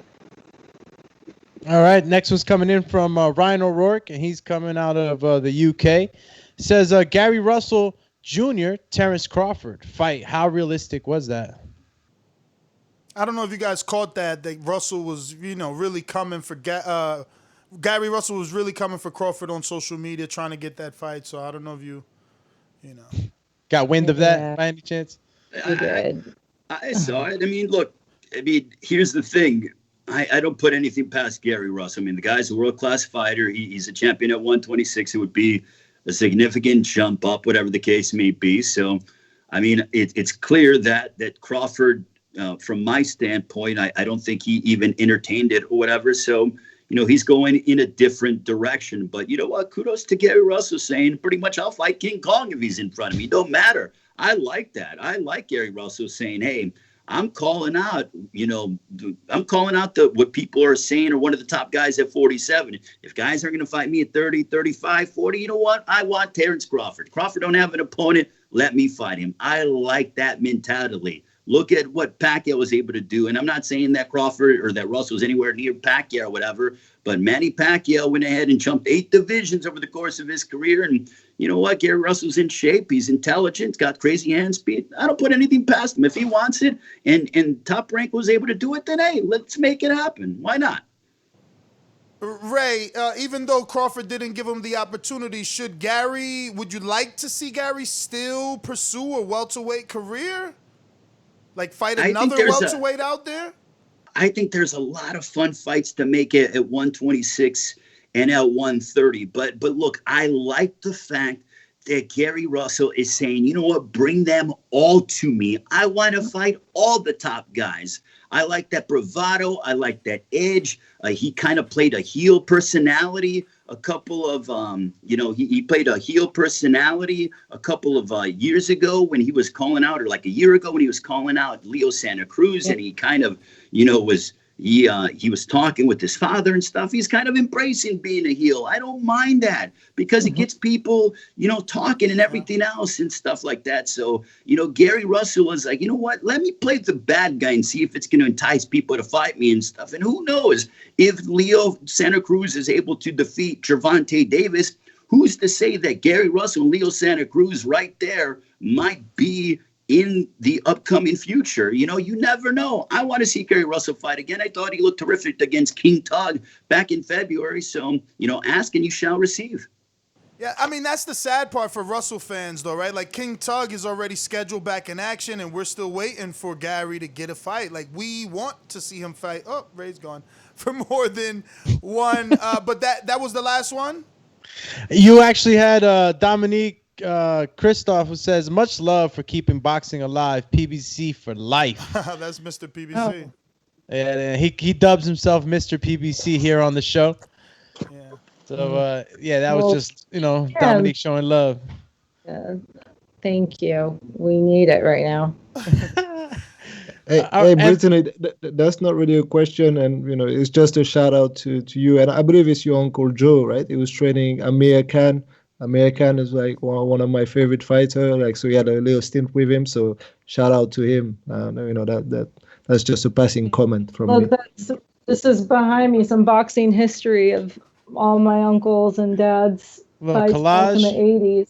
A collage, yep. We got Uncle Joe still rocking denim on denim in 1984. Yeah, like he comes into the ring with that. I was thinking, what's up with that? No, he's the best dressed. He's the best Michael dressed trainer. Second to none. That was the first champion of the family. Oh my God! Hey, did you hear about him? Brittany, did you hear that? He's coming back, right? He was supposed to fight last week this weekend. But he was going to fight Samuel Clarkston. Yeah. I thought I was afraid for his life. Wow. Yeah, man. I mean, last one coming in from Big Casual. He says, after a huge upset loss for Dillian White, do you still think he is a top 5 heavyweight? And name your top 5 heavyweights, if so. Oh, okay. Ray's so excited right now. Go, Ray. All right. Top 5 heavyweights right now. Dillian White is not in my top 5. No disrespect against him, but has he woken up yet is my question. There. Did you go there? I'm just... Listen, he was saying he was the number 1 and stuff like that. It's like, I'm gonna go back to the Fresh Prince of Bel-Air, Will Smith, handle your business. Start calling out the big dogs, and he didn't handle his business. Instead, he got the business handled to him. Anyways, my top 5 heavyweights. Let's go, champ. You feel me? You got to go with Tyson Fury. I think Deontay Wilder is right there as well. Anthony Joshua. I would have to say Andy Ruiz. And with the victory over Dillian White, was the number 1 contender. Give me my world title shot. And you got to throw Povetkin in there. So those are my top 5. Why you trolling White? I'm not. Look, I am just saying. And look, I have all the utmost respect in the world. The dude could probably clobber me with 1 finger. And I admit that. But... however, you go ahead and you're not even the champion and you're acting like, oh, I need this. And if Wilder can't fight, whatever. It's like, bro, you weren't even a champion for 5 minutes. You were out for 5 minutes. Deontay was the champion for half a decade, my man. 10 successful title defenses before he lost to Tyson Fury. So be careful what you wish for. If Deontay Wilder would have hit a rocket on his head, he would have been out until 2027. But Ray, you have to understand him though, right? 'Cause, it has to do that as a fighter, right? So you talked about Gary Russell having to dare to be great and go all the way up to Crawford. That's the same kind of talk, right? So, but it's a double-edged sword here. My question is that Russell has been able to back up what he did. Russell wasn't talking that way prior to when he fought Lomachenko. He did it after he won the title, and he's been beating people and everything else. So it's like when you get that opportunity and you're real close, and I get you're doing for gamesmanship, but you got to back up what you say. That's what made Floyd so great. If Floyd would have ever lost, can you imagine the kind of stuff that he would have been given and thrown at him from fans? White didn't back it up. So guess what? Sometimes you need to go ahead and cut up that little slice of pie called humble pie, and he ate quite a bit of it on Saturday night. So credit to Dilly White for being a warrior, but I mean, my man, do you need a blanket because he was put to sleep on Saturday night? So you don't think he can come back and put it right in November, December? I think he could come back, but it's like the same thing when it comes to Deontay Wilder. How are they going to respond? Is it going to make him crazy and stuff? But here's my problem with Dillian White. He's lost twice. I mean, the loss to Joshua and now this loss. It's like, is he going to be like the Buffalo Bills or a team that makes it to that championship game here in the United States, but doesn't go to the Super Bowl? Because, White, I mean, is he going to be the Buffalo Bills of the 1990s? Is he going to be Jim Kelly, Thurman Thomas? Always the bridesmaid, never the bride. I hear you. I guess we're going to have to see, right, what happens. But I hear you. That's right. I wish him all the best, but the facts speak for themselves. That right?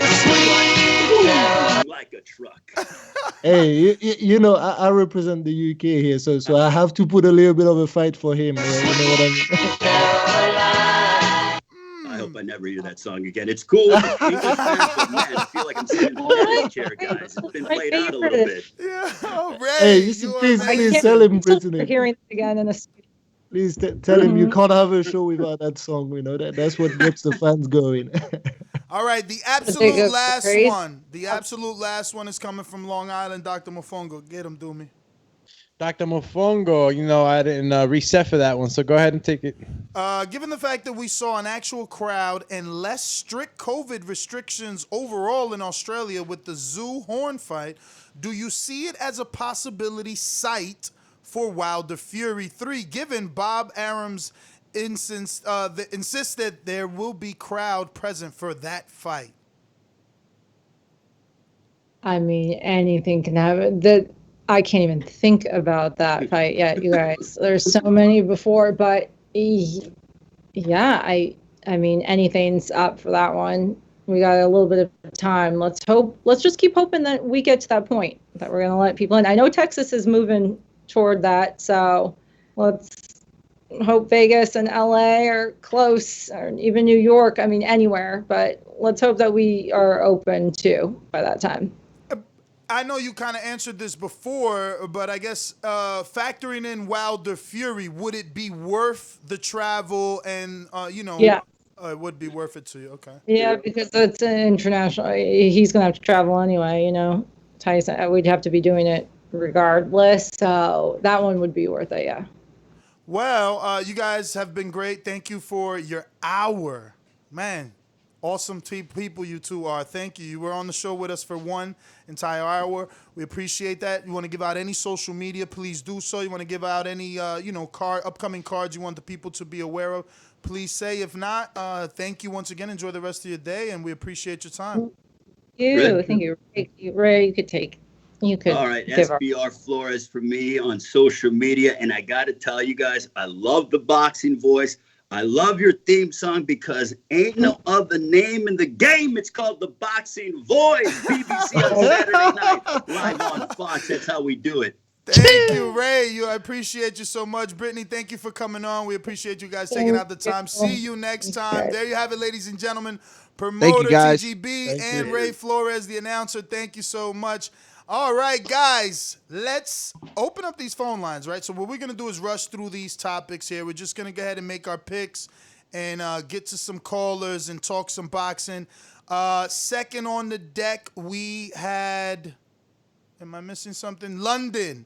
Daniel Dubois is going to be returning and making his, I guess, stay busy fight. You know, get the COVID rust off.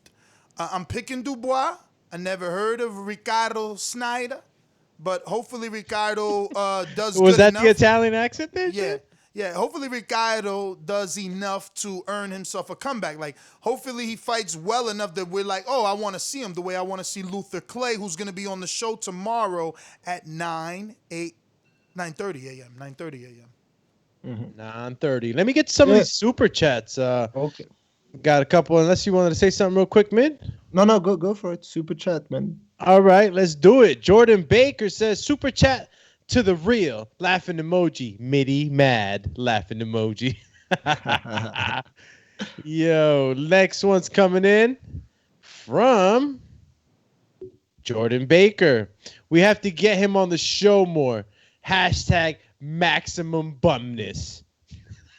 Yo, Middy, man. You was holding your own, Middy. Don't worry about it, bro. You was repping the UK, champ. Yeah, man, like you could hear it, man. He spoke his mind, that's for sure, and that's good. Like, yeah, but at the same time, man, he was just pushing the PBC fighters, which is normal too, man. That's all good. I seen your face change. You got in MIDI mode. I went like, no, let's go, man. You can't talk like that about the champ. Hey, yo, shout out to Mitty standing 10 toes down, man, for the UK. Steve from Chicago says, great show. I needed this, Ness. Champ, all right. They gonna have to send their best fighter for the champ. So, Mitty, tell us, what can we expect from this London card, which will be on Saturday on ESPN Plus? I think it starts at 2 p.m. Eastern our time, if I'm not mistaken. But there's a handful of guys I recognize. It's an early one for you, but I think like the Dubois Snijders, it's like obviously it's like it's an easy tune-up fight for Dubois, like I said earlier, and like Ness said, I don't really know Snijders, but again, I hope that it's like a decent enough competition. The problem is that we're talking about heavyweights, and when heavyweight tag you, you can't really survive rounds taking too many shots, and Dubois is known as a KO artist, so I hope he doesn't get damaged too badly and he can come back, right? So, but Dubois is going to win. I want to say that the only real 50-50 and notable fights on that fight, I mean, like those are local guys again, so you don't know them that well, but Sam Maxwell against Joe Hughes. And all I'm going to say about Sam Maxwell is like, if you want to see a come from behind knockout in the 10th round from someone who was losing every single round and was getting clowned, just go on Google and type his fight against like a French guy called Sabri Sidiri. Like, so Sam Maxwell was getting schooled, and Sidiri was just like playing too much with his food and just like hands down trolling him and everything. And he got clocked by a big shot in the last minutes of the fight, literally. And Sam Maxwell won by TKO. By TKO, right? So, and it was mad. Just watch that. It's a lesson for everyone not to, to be too confident and arrogant in the ring. Although I don't think like Sabri was necessarily being arrogant. He was just trying to be a showman, right? So, but yeah, so Sam Maxwell versus Joe Hughes. Joe Hughes is the guy who's got the most experience. He's got bigger names on his resume. I don't know, you might recognize some of those UK guys he's fought, like Robbie Davis Jr. Yeah, that's the only guy. Anthony Yigi, Tyron Nurse, Jack Cattrall. So those are all like decent name. Again, European level, not like world level, but good names. And he's fought them, and he lost most of the time when he stepped up. But again, Sam Maxwell is going to be different. But I'm still going for Sam Maxwell. But it's a genuine 50-50. The rest of the card is Basura. Well, really? I recognize Sonny Edwards. From the. It's a brother. He's a brother. And I know Willy Braveheart, right? Who? Braveheart. Willy Hutchinson. Willy Hutchinson, is that him? I don't know if I don't know if that's his. I thought you were spitting Nas right now. Oh, no.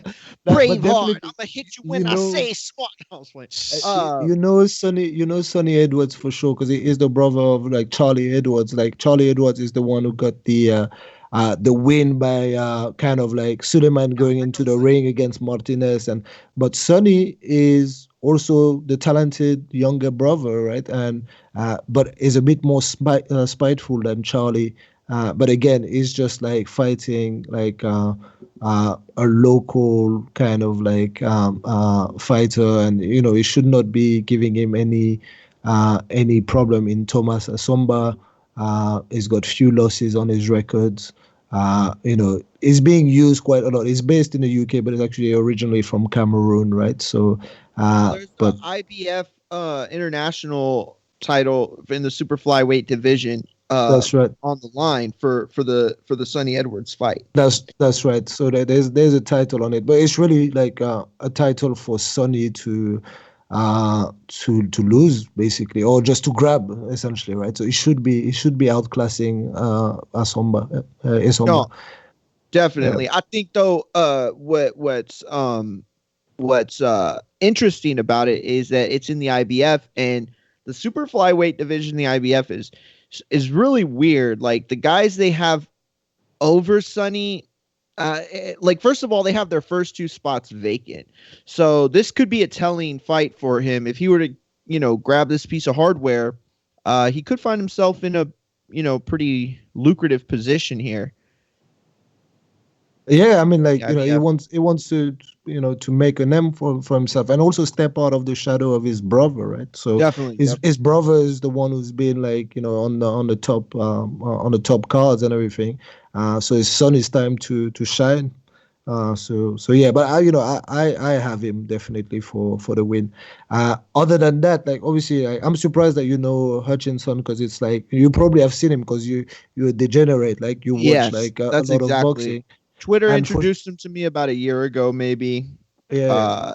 And I know he's really young, right? He's like 20, 21, something like that. Yeah, he's young. And you're right. He's 22, but he goes by the name of like Braveheart, right? So I've seen him though. I've seen him like he's in I don't know if on IG, but like he's had some pretty cool like video on himself. I think it's his cousin online that does his media or something. And he has a Twitter too, and that's what they refer to him as Braveheart. I thought that's what I didn't even think they called him Willie, because I've never seen anybody post Willie. It's like Braveheart Hutchinson or something like that. Yeah, no, unless it's media. Braveheart. Media is the only one that calls him. Yeah, it's him, and that's his like boxing nickname. But really, other than that, heavyweight action again with like another heavyweight that Frank Warren is trying to build up on the undercard with David Adeleye.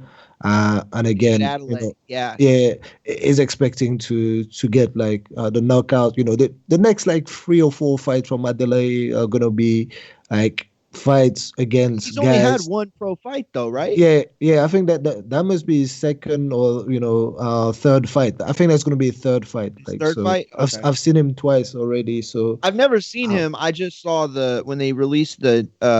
No, he had one. I think he had one bubble fight already. He had one bubble fight early on the in the Queensbury promotion fight.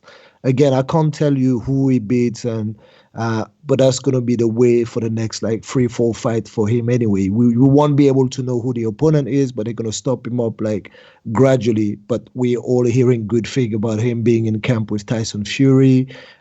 So he's the next guy that they're building up. Like at some points, Frank Warren is gonna have like a few interesting heavyweights in Dubois, Joe Joyce, and Adeleye in his stable. So it's normal to build them up. So yeah.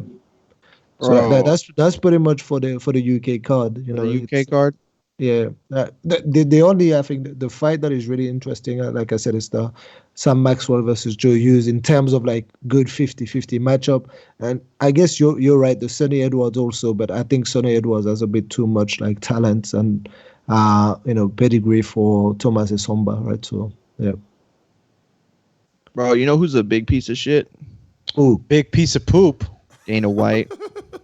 Dana White? Why? What happened? Yo, where What he you come saying from now? with Bro, that, I bro? looked up. I looked up, and I'm like, Dana White's on TV, and obviously it's on mute. And I realized that I still had it on CNN, and I realized that the Republican National Convention just started. So he's clearly speaking, on the benefit of the Dushin office. So Hey, what happened? that makes him a piece of stuff. All right, Anyway, let's next get Los Angeles. to the next card. We're going to the Erislandy, Lara, and Greg Vendetti card. Who's this Greg Vendetti? Ray was speaking kind of highly about him. No, bro, we did Viktor that card Vendetti. before. We did that card before going to the interviews. No. Nah. No, we did the ESPN. No. We spoke a little bit about it at the very Oh, beginning we of spoke the a show. bit. Yeah. Yeah. 2 we spoke second a little style. bit. Yeah. That's true. That's true. That's We true. made the V for Vendetti joke, and then we went off. Yeah, I'm gonna take Not Lara, Caleb Truax, Justin Pulado, I think is the Dominican. I'm gonna take all A sides except the Thomas Lamana fight. I gotta see who's Brian And the Mendoza. Truax. Truax not the A side. Yeah. I gotta see who's Yeah. Brian Mendoza though. Like, So is Truax really not the Yeah, I A don't know side, who or Trump- there's really no A side on the in a Truax fight? Nah, I'd say it's Is it more of like Angulo. a 50-50 fight? Yeah, it's a 50-50 fight with Angulo playing the part of the, A side, I guess. For But I real? think it's like Oh. a 50-50 type of fight. Yeah, because Fights that's the last thing is an A side doesn't necessarily mean the guy that's going to dominate the fight, right? It's just the guy that, they setting it up for. In this situation, Alfredo Angulo's given the A side treatment with the, color, with the which side of the paper he's been on, when Yeah, he's been yeah. announced. So he's getting the A side treatment, So but you're saying I is the agree, it's a most- close fight. Is the most recognizable name according to the promoter, probably, Sure. and That's- okay. Yeah, he probably got it by default like that. Although I am picking him. I'm picking him, and I'm picking Thomas Lamana, even though I don't know Brian Mendoza. Cornflake can fight. Anybody that's ever Cornflake. said Cornflake can't fight, there's My man they're lying. Kellogg is gonna Yo, need Kellogg. yo, man, Yo, Cornflake's Rice always been a he good Krispies. lost. show, man. He He's lost been- his last one. He was supposed to He win. He was supposed Yeah, to win. he lost his last one. That's why it's a little bit of a gamble there, I think. But I don't know who Brian Mendoza is. I know who Cornflake is. I've known him for a long time. But So I'm picking Cornflake, Cornflake. Cornflake lost to Jorge Cota. And Cota showed us, like, yo, I'm tough. It's just guys like Lubin and so on and so forth. They're world-class fighters. He beat, Jorge Cota beat up Lamana. Like, they threw the towel, and I watched that fight. Like, he beat him up. Yeah, I watched that fight so too. for Lamana, I want to see him come back. Oh, where's Enrique's church? I watched a fight too. He's from New Jersey. He's from New Jersey, but he's down south.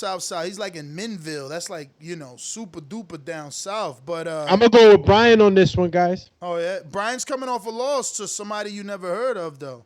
Yeah. Larry Gomez. And no activity. He had 3 fights last year in 2019, but really nothing cooking for him this year. So, Lamana, if anything, he's in shape. He trains with Boxing Rail and Tevin Farmer, Coach Chino, all those people down there in the Cherry Hill, Philadelphia area. He gets great sparring with Steven Ortiz, obviously Farmer, all those people down there.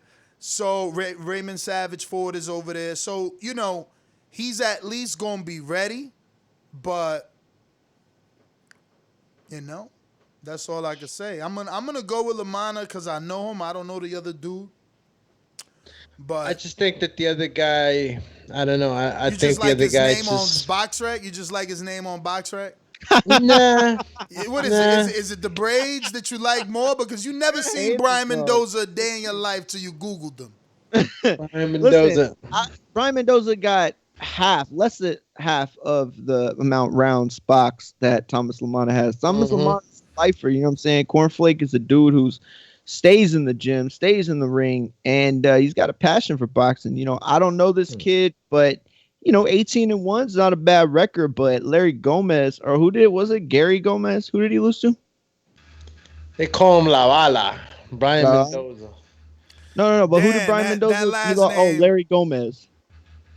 Yeah, Bro, who's Larry? I've never heard of no Larry Gomez. Who's Larry? Man, I though, still really? don't know. I'm trying to listen to you His guys. man.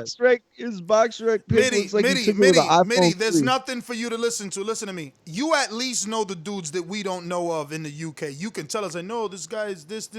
You, like, look, you told us who Nicky Cook. These guys are not Nicky Cook. Thomas is, he's flirting with being a journeyman. He's never gotten a career defining win. He was a local club fighter in Atlantic City, and he did well for himself. Like, he could sell tickets, beating up people that nobody knows, and he had his own promotion, and that went good. Eventually PBC picked him up, even with a loss, and his step up was Jorge Cota. Like, other than that, the biggest name is like Gabriel Tito Bracero and Mike Arnudis, and it's like, those were little dudes. He got a draw with Bracero, though. No, and I've got to give it to you because, like, for me, I think, I'm not saying, like, it's necessarily small. It's a big, big country to cover with, like, Wales, Scotland, and all those, right? But, I mean, on your side, it's very difficult to be in the know of all the, like, local fighters and all that across all the states and all that. So having the inside scoop on all those people, you have to have, like, a big, big, big network, man. Like, so, yeah, I guess, and it's a little bit harder, This guy, I'm giving you more information about Lamana, not because he's better, because, like you said, the network. When I came into the game, I was introduced to him by a female that we used to work with by the name of the Boxing Diva. And, I watched him when he was undefeated, She was good friends with him. She would bring him on the show. She was such good friends that when we would, like, question him, she would break down sometimes. Like, yo, just leave him alone type shit. So it's really? Bro, hell yeah. Oh, yeah. Those were some crazy shows. Hell yeah. So, he's always like this guy that I knew, but, didn't get that fight. So, like, now he's with PBC. So he's getting those fights, and they getting on TV. And he's been on Showbox before, he's been on ESPN. He lost to Antoine Douglas on Showbox. Yeah, he lost to Antoine Douglas. Listen, at the end of the day, he's got 179 rounds in, right? I think that he is the fighter he's going to be. Didn't he lose to the kid from the DMV area, the Sign of the Rock, Hernandez, Dusty Hernandez? Dusty Harrison, yes. Dusty Hernandez. But Dusty put together a really impressive run when they fought. He had beaten I just want a couple of guys in a row. Listen, this is all I want to say. Name for real? Yeah, Dusty Harrison, Dusty Hernandez Harrison. This is all I want to say, Mitty, and maybe you got somebody like that in the UK, right? Like, look, Lamana's not a world beater. I wish him luck on world title success and aspirations. But I don't know if that happen. I don't know if that happens, but I want to see him at least get like a Ishe Smith win. Yeah, okay. I hear you. Because I see, like, I see for 10 years he's training. Like, this is what he does. This is what he does. He promotes a couple of kids here and there, which he gives them good opportunities. This is a young kid, too. We're talking about, he doesn't have this super duper successful promotion, but he's legitimately, at 28 years old and younger, has put on his own shows in casinos with real fighters. That's good. Derek that's Webster. That's probably his future. Exactly. Like a family. It's like a he's family gonna fall business. back on that, like promotion, managing of fighters and all that. That's cool. That's normal. It's so a I career just want to plan, see him. I just want to see him get a good, decent win because he's been working hard for years. Like, and maybe just his skill wasn't there, but I would like to see him get it. So I hope he gets the win with Mendoza. I'm not saying Mendoza isn't the goods. Mendoza's from he's from Albuquerque. We would have to call Austin Trout. I don't know Mendoza. Yeah, I agree with everything you said. He at this point has worked really hard. I hope he gets the win. I pick him. I'll be rooting for him. And, hopefully this is a start of a good run he could put himself on. Yeah. So on the undercard, there's a bunch of other people, but those are even less recognized. Our Abram Martinez, I guess we never heard of him. We'll see him this time. It's a 140-pound, 8-round fight. Justin Paludo, let me Google. I think he's that Dominican kid, though. Not sure. No, it's not. Oh, wait. Who is it? Let me put the boxer here, because let's see what we got. Justin, where you at? All right, Paludo. No, he's from Houston. Birthplace is Orlando, and looks like mixedmartialarts.com is his manager, which means he's probably an MMA dude. Background. He's got a few good string of wins. He's got a no contest to Austin Dulé. Originally TKO win for Dulé, changed due to no contest. So Dulé tested positive, I think, because I know he's a smoker, I believe, Dulé. He might have tested positive. It doesn't say, it just says no contest, but he might have tested positive for something. That's why it's a no contest. So that means this kid lost to Dulé by knockout, but doesn't have the loss on his resume. So other than that, the only other loss on his resume is to Efren Cruz, also not known. So yeah, these are bubble fights, gentlemen. Bubble fights. This guy hasn't fought since October of 2019, and it's a bubble fight. That's that. So I'm gonna go with A sides, but I never heard of these dudes, And Jose Venezuela, never heard of him. I'm telling you, these are bubble fights, champs. Jose is 5-0, 2 KOs. He is a Seattle. Mr. PBC, Seattle, Washington native, but he is from Los Monchis, Sinaloa, Mexico. I love doing that.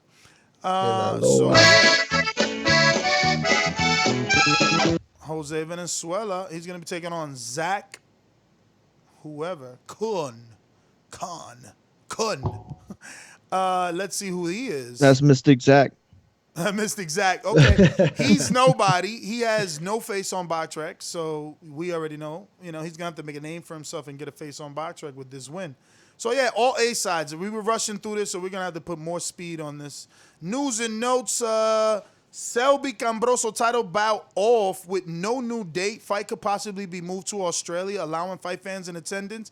Could Australia be the new home of the new boxing hub during the pandemic? I'm going to say no based off Brittany's interview. Just logistic-wise, she obviously made it clear. If it's a big fight, it's worth it. Regular fights, not so worth it. What about you guys? Yeah, I agree 100. Go ahead, Dewey. Mitty. I was gonna say it's possible for promoters who have like a global reach like that and a fighter that has a base over there. So I don't know. You probably will see something like that with a Joe Parker, for example, in New Zealand. And that's possible. But rumors he fighting fire in New Zealand. Yeah, because they have like the ties, and she's right. It's logistically a nightmare to bring everyone from abroad. Like, so you need to work with people out there to get like B-side from over there, or smaller like regional local fighters that can be put on the card and use all your network and all that. So yeah, it's probably not going to be for every promoter. And it's going to be hard for, most of them, actually. I can only think of Matchroom, who has, like, Joe Parker over there. So, yeah, I'm with her and I'm with you guys. I don't think it's going to be a hub. It's just going to be the luck of having a fighter that is based out there in your stable. That's all. I agree. I do think, though, that there is something to it. I don't think that this fight would have ever even been considered to move to Australia. Selby's the name here. Camboso's got the fight. But he's kind of just the middleman between the eventually Selby unification bout that's coming up. So if you look at this and you look at the fact that Australia has had a successful fight with fans in attendance, it's definitely a possibility. So I don't think it becomes a hub. I do think, though, that some fighters with Australian ties or that can be considered draws might get the opportunity to fight there that otherwise wouldn't have had it. But yeah, Doomy. Call me Doomhead. Doomy in the chat, regular lady. Call me regular lady. It's fighting with people out there. Yo, look, we're talking about Australia, right? And it being the new Zion. That's right, Zion.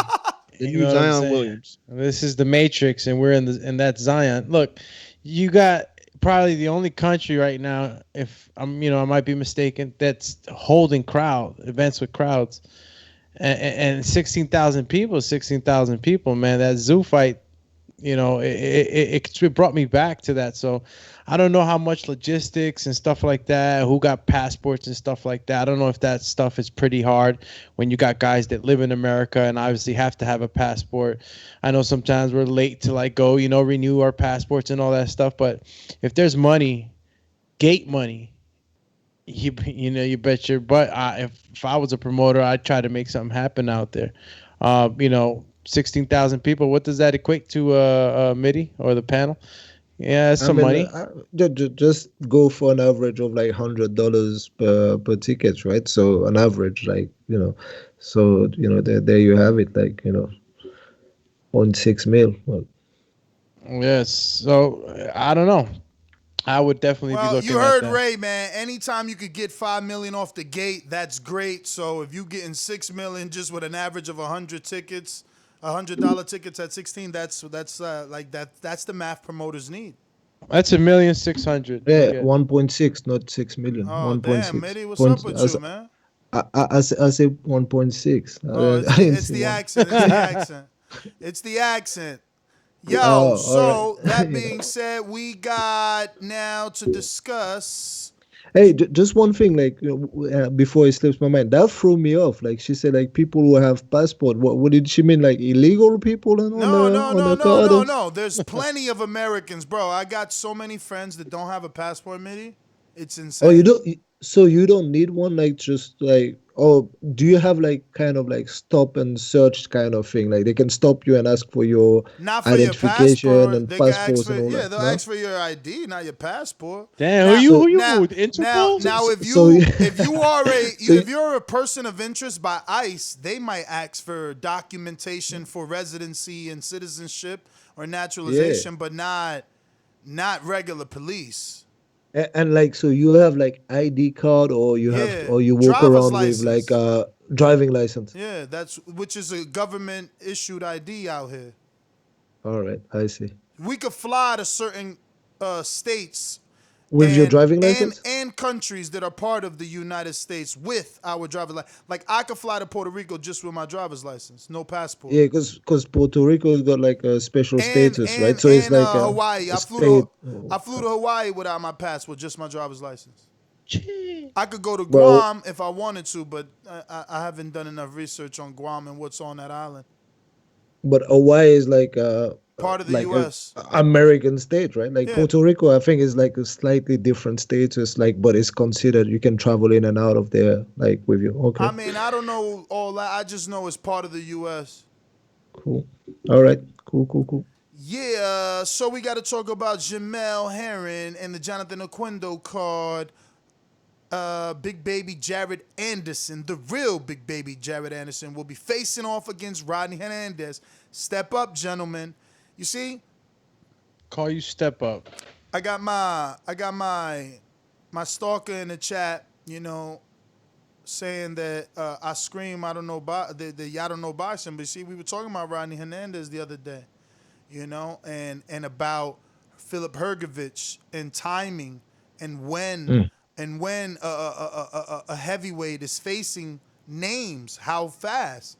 Hernandez is not a world beater. He's not a winner, but he is a dude that is there to test you, and he's test other bigger name heavyweights. And to see Jared Anderson in there already with Hernandez is just beautiful.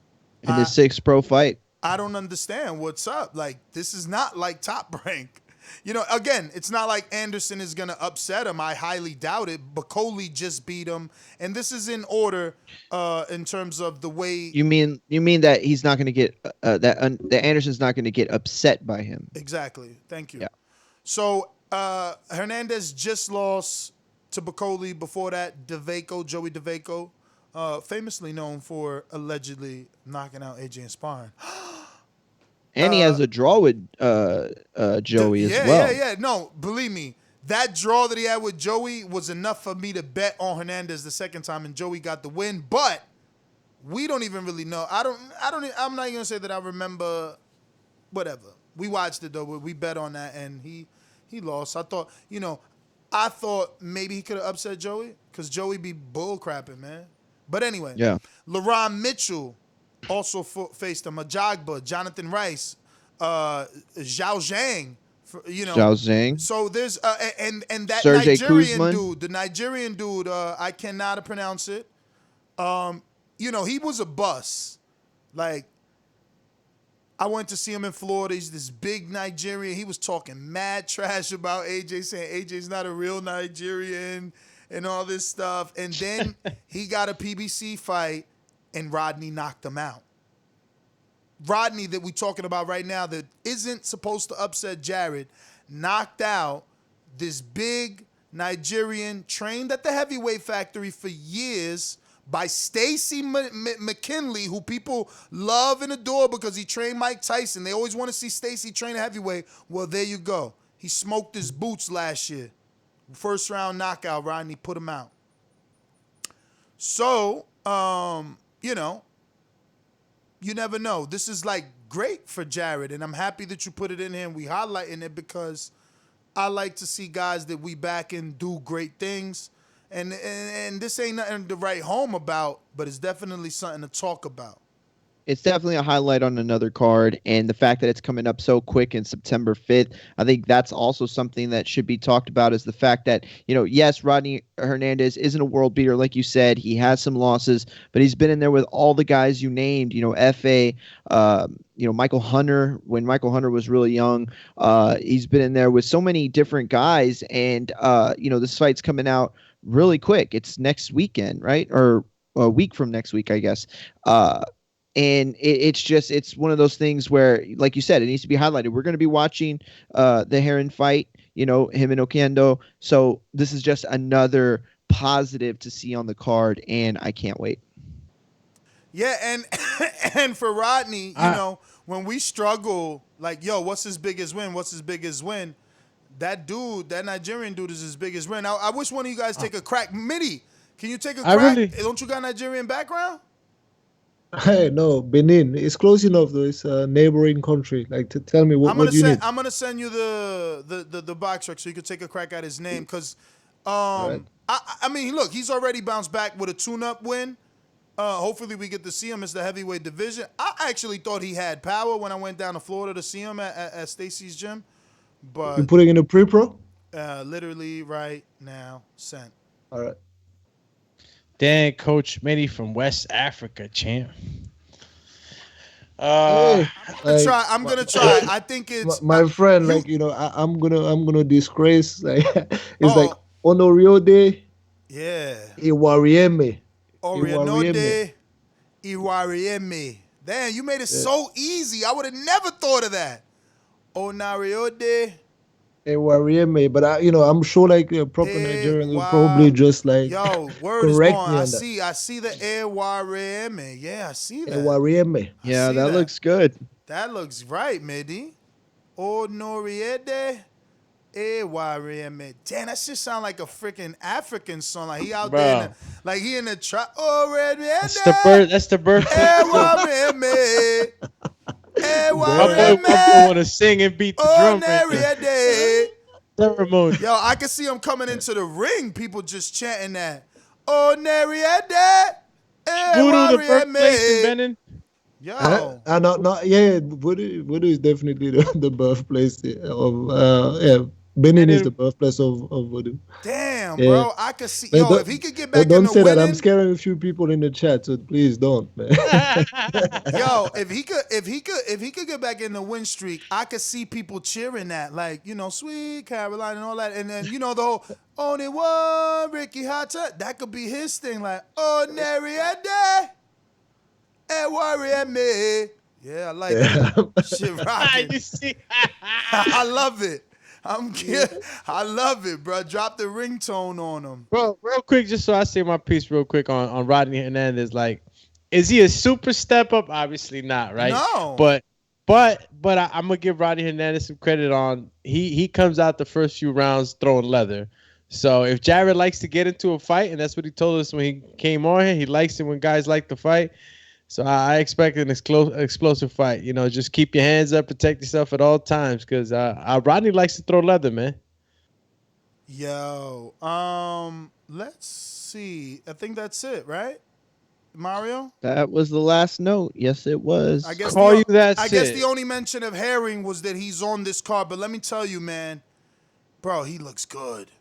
Bro, if y'all follow him on Instagram, that don't even look genetical. And, like, I can't blame it. Like, some guys, it looks genetics, you know, but I watch Herring his whole career. He got beans. Yo, he's one of the few fighters I watched in the amateurs, okay? I don't really watch amateurs, but all those guys were Olympians and their fights were on TV. They were a big deal, that 2012 crop. And, Jesus, that kid is looking crazy over there in that camp, man. I hope he performs the way that he looks. He looks strong. He looks in shape. I mean, yo, I'm excited. And he's ready for this fight, right? He's already been dialed into Oquendo for some time now. It's a bubble fight, but at least he gets a name bubble fight, right? So it's kind of like Crawford Brook, you know what I mean? So now he just gotta do this dude dirty. He gotta shine, and the way that he's looking in camp, I'm thinking that he is, you know, or that he will, hopefully, because he looks good, man. He looks good, yo. I'm really excited for him. Shinobi. We were supposed to get him on before Shinobi. We were supposed to get him on, but Tuesdays at 9:30 a.m., which is what I wanted him for. He does strength and conditioning, but who was that? Onoriode or someone else? Nah, not Onoriode. It was Jamel Herring. Oh, yeah, that would be cool to have. Yeah, so him. now I'm shooting for Wednesday since he couldn't come on this Tuesday. Fight with Frampton is going to be fire. Frampton is my guy, but you know that's a very tough fight, man. You know, Jamal Herring is like super conditioned, man, like crazy. You know, like do you know what? Yo, the rich kid. He do look like, I ain't going with the Gucci man. He said old Gucci man, but he do look like Tova. Yeah, he does. Like, but I mean, he do look like an older Tova. He do. I mean, like, it does look like you're gonna hurt yourself if you punch that dude in the face, man. That face looks like, you know, he can take some punches, man. Who, Noriega? Yeah, bro. Like, you seen that when you sent me that? I popped up on my screen. I said, "Damn, I don't want to fight him." Man. I guess not, cause Rodney. He's just another fighter. Cause Rodney knocked him out, so I guess not. I guess his face looks tough, but it can't take them shots. But real quick, TJ says Impact TV should have Michael Hunter versus Lucas Brown in Australia. It would be smart. Bring somebody for that Wilson kid at featherweight. Just saying. What do you say? Like. Impact TV should have Michael Hunter versus Lucas Brown in Australia. It would be smart. Bring somebody for that Wilson kid at featherweight. Just saying. Who's Wilson? Willy Hutchinson. I thought he was saying, but Wilson. Who's Wilson? I don't know. Wilson. I don't know who's Wilson. But let's open up these phone lines. They gonna have to send their best fighter for the champ. Let's go! I'm ready! These calls are brought to you by El Camino Electrical Services, experts in electric vehicle charging stations. For consultations and turnkey installation, visit us at elcaminoelectricalservices.com. Remember to rate us 5 stars on iTunes. Subscribe to youtube.com/theboxingvoice for the latest and greatest interviews with your favorite fighters. Oh, all right. You know the number to call in, 1-425-569-5241. Press 1 time. Voice your opinion right here. Voice of the People hotline. Don't forget you can add Nestor Gibbs on Skype to be part of the conversation. We're going out to Seattle, Washington. Mr. PBC, baby. BoxingVoice.com. I'm the finest. Canelo talking about he believes he can win. Go to my kitchen. Get the sharpest knife. And cut the bullshit out. I don't care what you do good. I do every fucking thing great. Mr. PBC, baby. Yo, what's good? I got my picks are I got Daniel Dubois, Viktor Postol, Lara, Rodriguez, and of course, since you said Jose Venezuela is from Seattle, shit, I'm gonna choose him too if I can, catch that channel.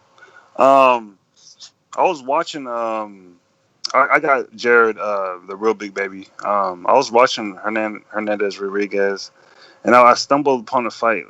Zili Zhang. Like, why haven't we seen this dude? Cause he's from China, bro. But we had him. We had his trainer on the show, Sean George, man. And I told you, man, I've seen him spar Adam Kovnacki and Big Baby.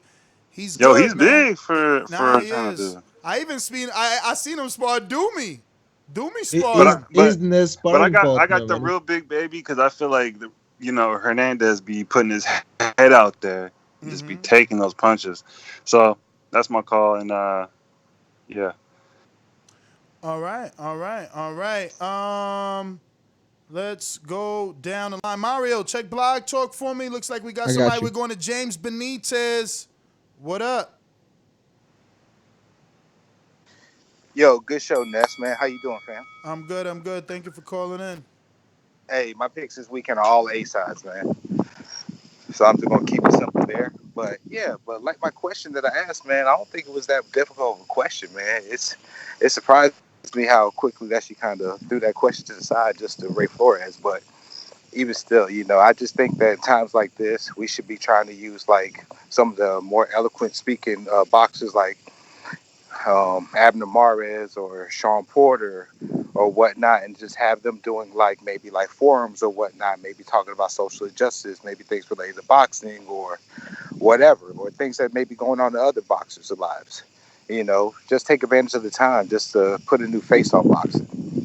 And that's pretty much my call, champ. All right. Yo, that number on Blog Talk is a new caller from the state of Vermont. Vermont? Yep. Ladies and gentlemen, making his professional debut.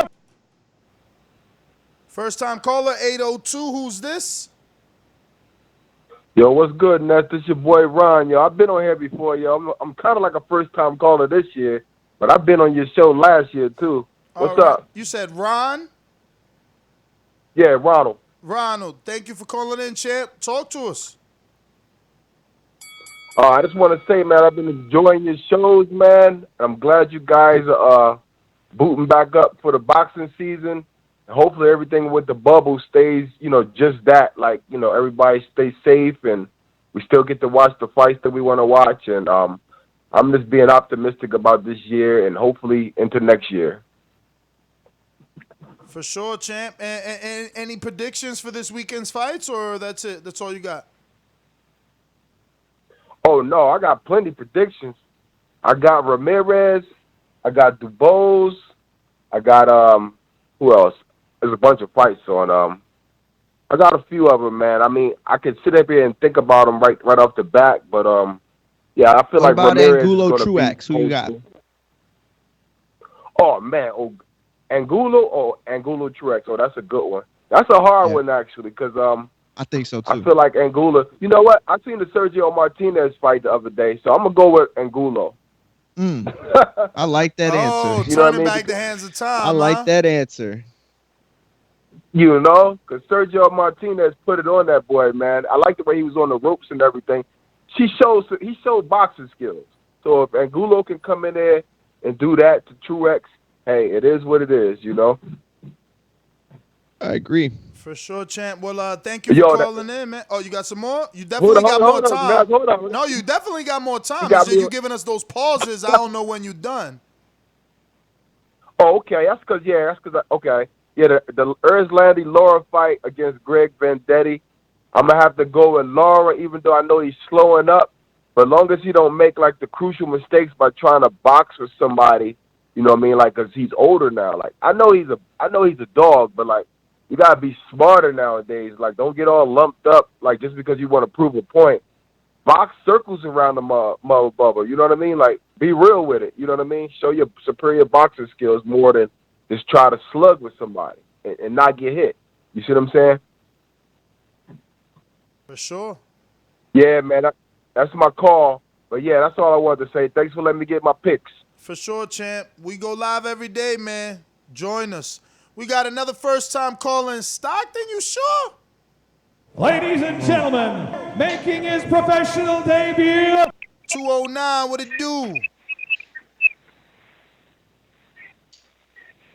Stockton, 209. Modesta, what up? Who's this? This is Ricky. What's up, man? What's going on, Ricky? Talk to us. You got to get off speaker, Ricky, because we're getting feedback.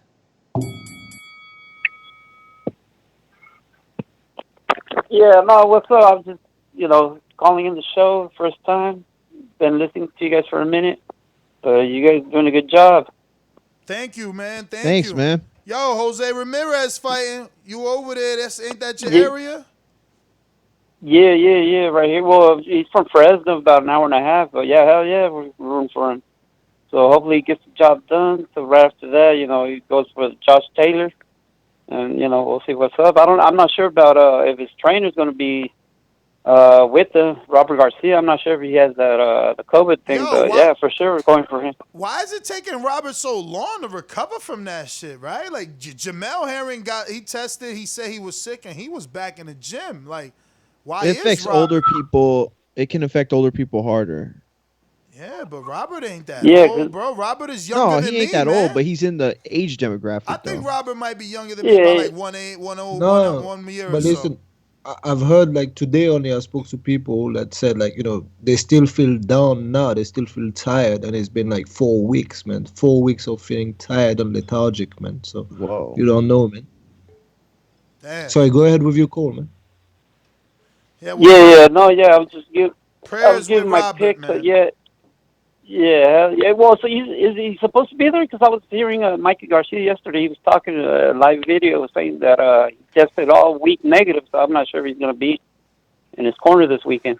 I mean, that's good news. If he tested negative, that means he will be there. Because positive is when you ain't going to be there. So I don't know, man. We're going to have to wait and see, and hopefully it'll be a treat. Yeah, hell yeah. But yeah, for sure. Hopefully he gets the job done, and But I was the other fight too, the Dubois for me, the England one. He should be able to get that one. And I got I don't know about Angulo. I think Truex should get that one. And what was the other one? The Lara. Lara should get it too. For sure. Yeah, but yeah, no, I was just calling you guys to congratulate you guys. You guys been doing pretty good. I mean, I hear been at work. I normally hear you guys every day, or when you guys are on live. But good job. Congrats to all of you guys, and hopefully you guys keep it real. All right, brother. Well, thank you. Thanks, for Ricky. We in. got you down. Thank all right, you. man. So next time you call in, we'll have you locked in. And for any first-time listeners, we go live every day, 9 a.m. Eastern, 6 a.m. West Coast, 8 a.m. Central Standard Time. And we go live twice on Thursday, once at 9 a.m. and again right now at 7 p.m. throughout, basically 11 and Sundays at 7 p.m. So join us. If you guys haven't already done so, this is my opportunity to go ahead and continue to plug the subscription. We would like you to go ahead and subscribe to our YouTube channel. It's absolutely free. You get that notification every time we do go live, so you can join us for some boxing talk. We talk in all different divisions and different aspects of the sport. Last time we checked, I believe we were at 115,773. I'm hitting that refresh. We're going to see where we at. All right. Well, look, you win some, you lose some, and we definitely lost 3. So we're back at 115,770. So, yeah, man, look, we need 30 people to go ahead and take us to the next level, which would be 115,800. I really want to get to 116,000. So if you want to just go ahead and call a couple of people, make it 200 and some change and get us there now, that'll be good. If you're calling in at the number of 1-425-569-5241. Remember to press 1 time so that we know you want to talk. I see my man Valdez has not pressed it. Just giving you the heads up. Going out to Trey in the Bay. What up? What's up, man? I was in and out, or a lot of it, so you gonna have to run it down. Well, we're making picks. This week we got ESPN with Jose Ramirez defending his titles against Viktor Postol. You know I'm going for my Central California boy. One time for Fresno, baby. Put it in for Ramirez. On the undercard, we got some, new guys. Anthony Chavez, you want to pass, right? You just want the big names? Yeah. You know I'm too casual for that shit. Give me the big names. Well, my boy Elvis is fighting, so he's a big name. Rodriguez getting all the knockouts. Elvis? The Dominican getting all the knockouts, and he does the guitar when What he weight knocks people class? out. 140. Oh, that's that boy you've been talking about for a minute. Yeah. I'm not picking him. Who he fighting? Just to troll Cody your Wilson. ass. Cody Wilson. Just to troll your ass, I'm going with Cody. Good. All them Bud Slander shows I owe you. I hear you. and I'm not even a tender. But next. Daniel Dubois. I'm going to knock you out versus Ricardo Snijders.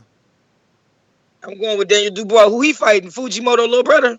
Nah, because Snijders sound like he from a whole different country from Fujimoto, but it's from the Netherlands. Okay, there you go. They giving Dubois another layup, huh? Is it cold in the Netherlands? It's about the same as like London. Like in the summer it gets hot and all that. They got all 4 seasons over there or no? Yeah, it's the same as London. It's about like I think it's an hour and a half away by flight, if not less. So it's quite close. Hey, that's Seattle weather, bro. They hot ain't our kind of hot. That's that 70 degrees and they burning up. You know what I mean? That's a different kind of hot. They don't know what hot really is. We tropical people. Yo, so Charlie Edwards' little brother Sonny is on the undercard of the Daniel Dubois fight. If you want to make a pick. Nah. David Adeleye, heavyweight from the UK, who helped Tyson Fury get ready for the Deontay Wilder fights fighting. If you want to make it against him, I'm picking against him for sure. Okay, well he's fighting Phill Williams. Over on Fox and Fox Deportes, we got Erislandy Lara versus Greg Vendetti. Yeah, I'm going Lara. Okay, and Alfredo Angulo versus Caleb Truax. Oh, first guy. I don't know. Oh, you going with Truax? Who's French? Caleb. She's assuming Caleb's Truax because of the last name. No, right? I'm not going with Caleb. I'm not going with Caleb. I'm going with the other guy. What? You're going for Angulo. Angulo, he ain't French. He's from Mexico. Don't worry, we take him. We take him. No problem. We got you. Because Truax should win that fight. Former world champ, biggest win, James DeGale. That right there, that boosted his ego once he got that win. That was a gold medalist and current champ. But that wasn't the same DeGale, man. Man, listen, he beat a better DeGale than Chris Eubank did. Man, yeah, that's true. Yeah, he got him first. But he also lost to a shot DeGale. He lost the rematch, right? I mean, he had everything set up against him, right? Now, I don't even remember the rematch. They had like a rematch that was like another lackluster fight. Like the girl should have retired before that fight. Or something like that though. No, I think they went all the way, but it was not a good fight, man. Before I get to some callers, let me get to some super chats. Looks like Doomy's mouse is down for the count, so he's out for the day. We got super chats, and let me see here.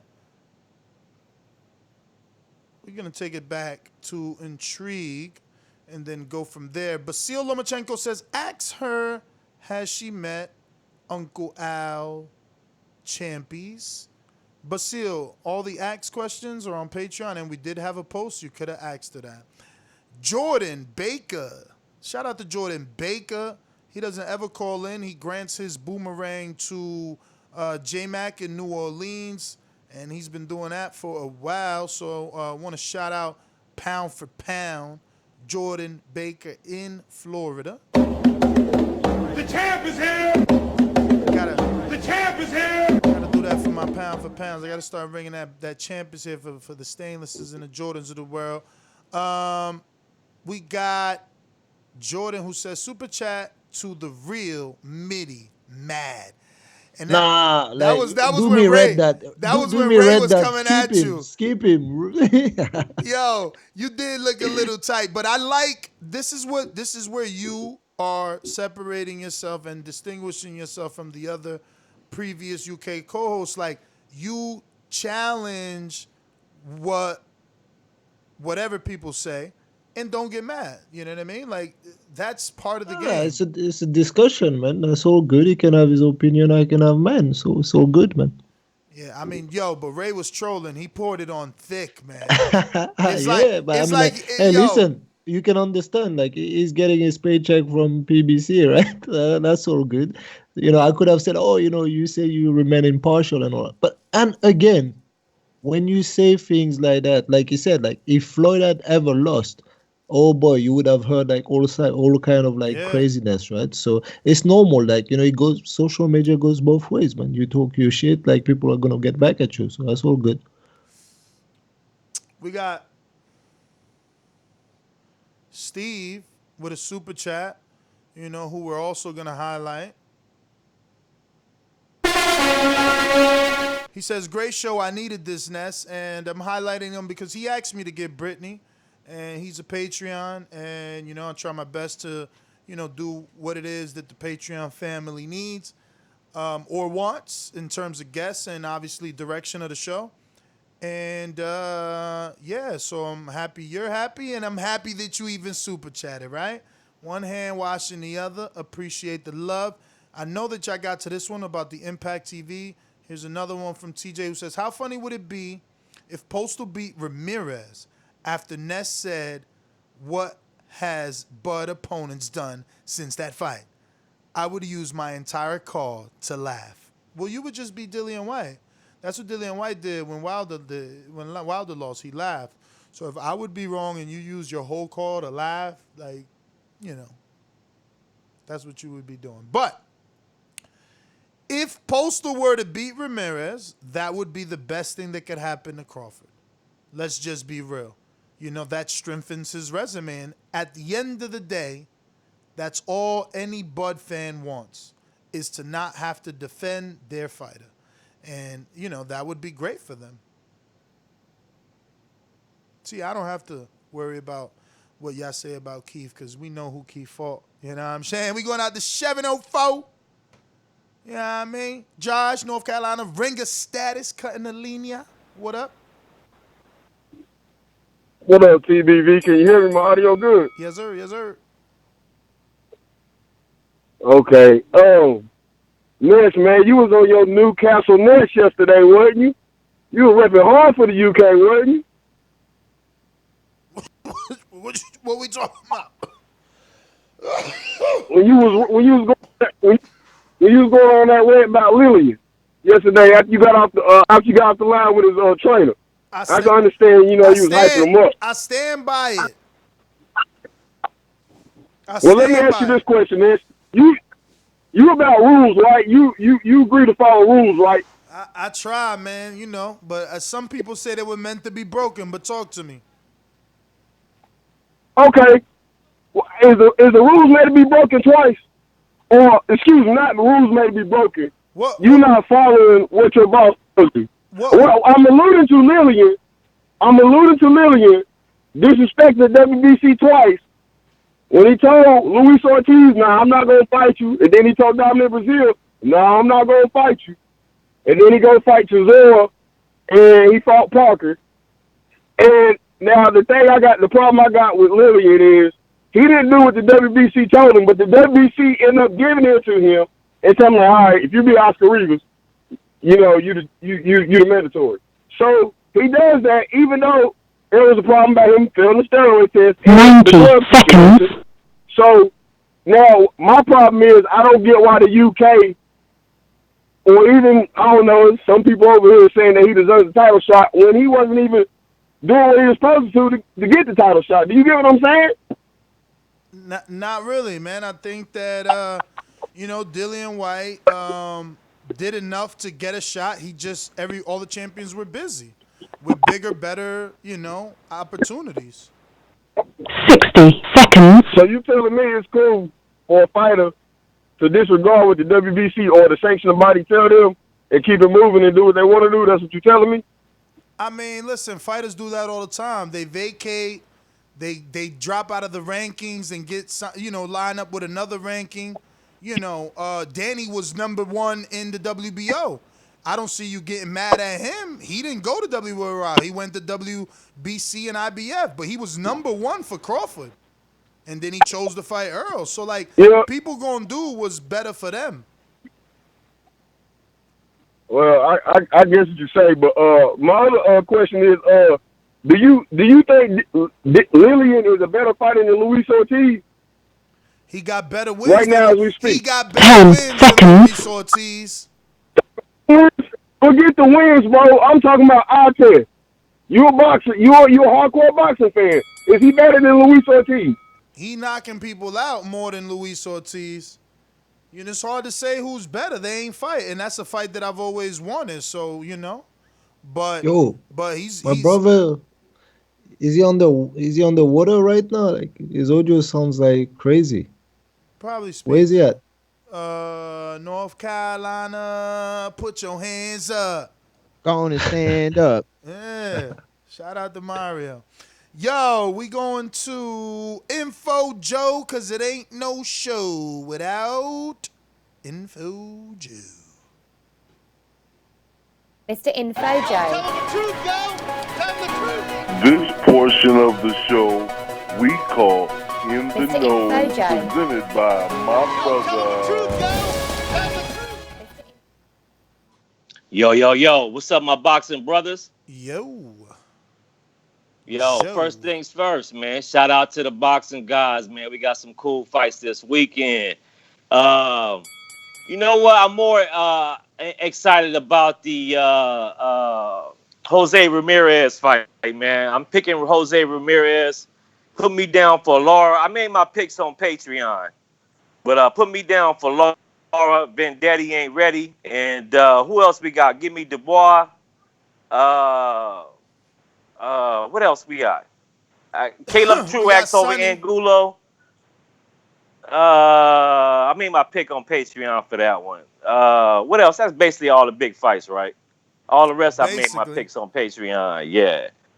Hey, man, I'm more excited to see who's going to be the winner of this month. Who's going to be the supreme fight picker of the month. That's going to be the number 1 contender, man. So, I mean, you know who in the lead already. Yeah, but this weekend is going to settle it all. It might take some L's. Is this the last week? Is this the last week? This is the last week, man. Oh, damn. This is it. So, and then we reset for the Pro League. As he says that info, I don't want to cut your call short or anything, but remind everyone just to make sure to drop their cash app to ensure that their points are counted for this week if they're in a Pro League and they want their points to count for this week. Yeah. So. Right. Yeah, if you're in the Pro League, man, drop that, man, so you can win that prize, whoever wins. And if you're not in the Pro League, man, you can say that you outpicked everybody on TBV, man. That's something to brag about. Hey, I know some of y'all don't call in, but on this, Ness, you need to give them all the bells and whistles, everything, all the cheers, the claps, and get them on the show this Sunday, whoever wins. How about that? Can you do that? Contact them. They gotta be willing, yeah. But we'll have the email definitely of the person that won. Okay, so most definitely. We could email them, but they gotta get back to us. Yeah, but hopefully I take the winner though. I'm more interested in the prize though. But what else? New what's up on the what was that about the Crawford, man? I was trying to decipher. What was his words again? Mario, you got it pulled up? I don't. I'm sorry. I don't. It's in the Y'all never fully explained it, so I never really got it. I didn't see the tweet or whatever. I mean, on his IG. People are saying it has to do with what's going on right now. He says, I'm not even gonna lie. I have a lot of hate in my heart. And that's just the end of it right there. Oh, he could be talking about what's going on in the world right now, or he could be talking about what's his name? Uh, from DC area. Gary? Yeah, because Gary been going in on him, man. I just checked out his video earlier. But that's all I got. Hit those thumbs up. You're listening to the #1 pound for pound boxing podcast. I'm out, gentlemen. Good luck to the winner. Joe, thank you for calling in. We got Juan in the BX. Juan in the BX. Going once. All right. So, I dropped the ball here. Gentlemen. Why? We going to King Amin in Essex. Available? Amin? All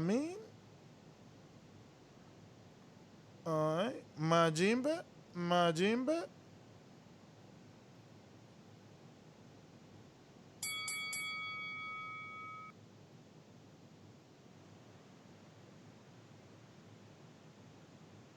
All right. Majimba? Yes, you got me? Yes, we got you. What's good? All good, brother. Chilling. So, shout out to everybody in the chat. Being a moderator is definitely work. I see why you passed that job on. As damn. At the beginning, it was rough, but I think I got the hang of it. Yeah. All right, so I'm gonna give y'all my picks real quick. I had picked Zoo, so I got that one right, but then I couldn't pick the Crocker fight. I wanted to go back and do some film study on that, and it went off before I had the chance. But I got Ramirez, Barboza, Elvis Rodriguez, obviously, Daniel Dubois, Sam Maxwell, Sonny Edwards, Lara. I'm 50-50 on this fight with Angulo and Truax. I picked Angulo, but Mr. 704 trolling me. I think he might be right. I think I might have to change that pick.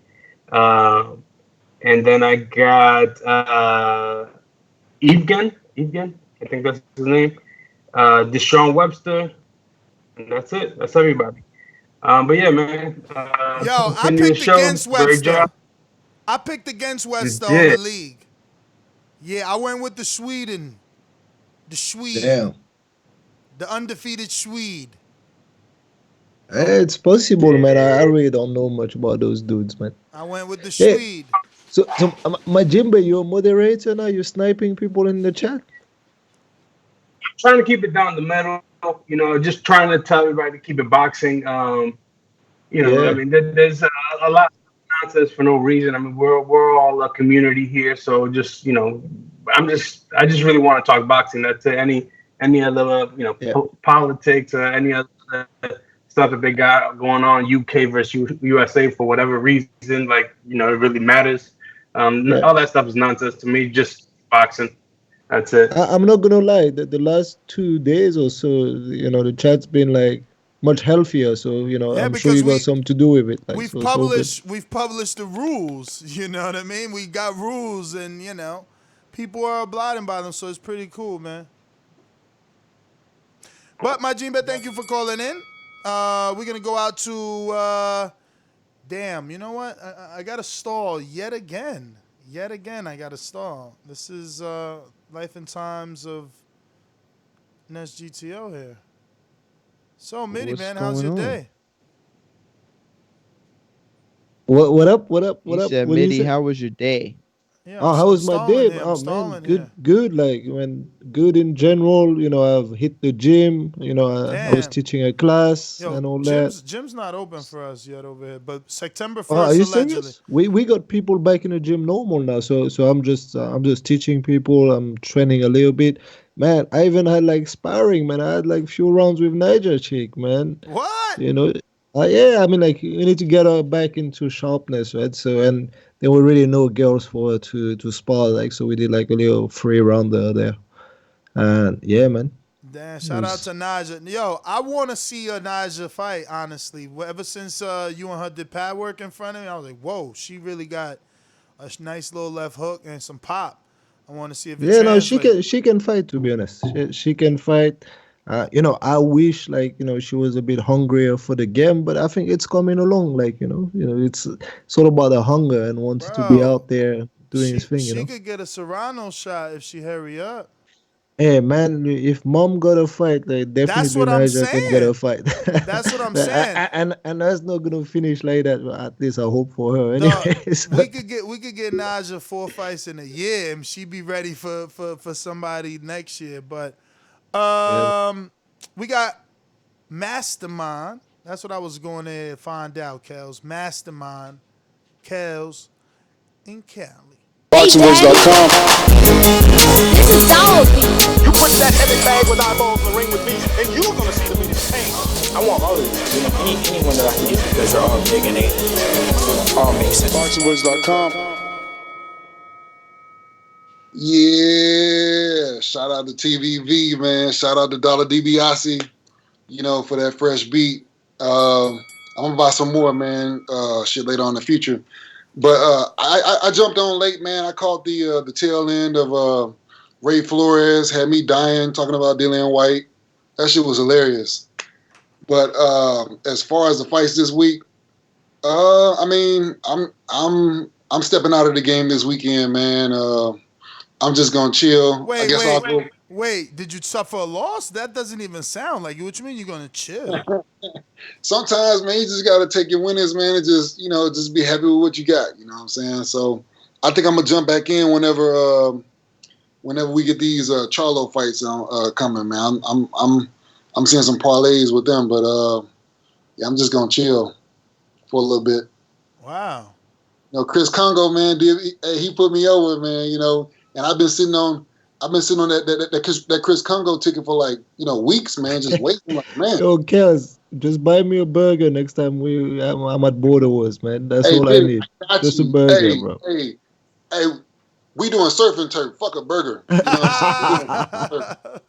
You know what I'm saying? Shit, that was the pick of the year right there, Bro, boy. I be so nervous. I don't see how y'all bet so much. I be too nervous. Like I was just as confident as everybody. I took Mitty's advice wholeheartedly, but I didn't. I put Congo in a parlay. I didn't bet him straight up. I couldn't. Man, the thing about me, man, is like I was big on the crypto game back in 2017. So I've won a whole bunch and I lost a lot too. So I'm kind of used to going big and hitting big risk and shit. So I mean, like I said, I was gonna put $1,000 on Chris Congo, but Bovada wouldn't let me put that much money on a negative 165 or whatever he was at the time. So I just broke his bet up. So I said, well, if I'm gonna bet 1,000, I'm gonna put 400 on this parlay, but he's gonna be the highest risk. So everybody else is guaranteed to win. So that's how I kept on stacking that shit. So I said, well, if I lose, I lose then. But this is how much I plan on putting on them. But damn, so you going on vacation now with your winnings? I wouldn't say that, man. I'm just gonna chill, man, because what I've been doing since these COVID cards, which I call these lopsided, guarantee win cards, was I just been betting a whole bunch, just to win $100 or $200 every other week. And I've been stacking them with guarantee UFC cards and guarantee NBA games. So now it's starting to dwindle down a little bit. I'm just gonna chill. I don't see a whole bunch of guaranteed lopsided cards coming up. So I hear you, man. I mean, there ain't nothing nice anyway this week, right? It's all the odds look crazy. Yeah, but but shout out to TVV. Y'all keep doing y'all thing, man. Give CYP my boomerang, and I'm out. All right.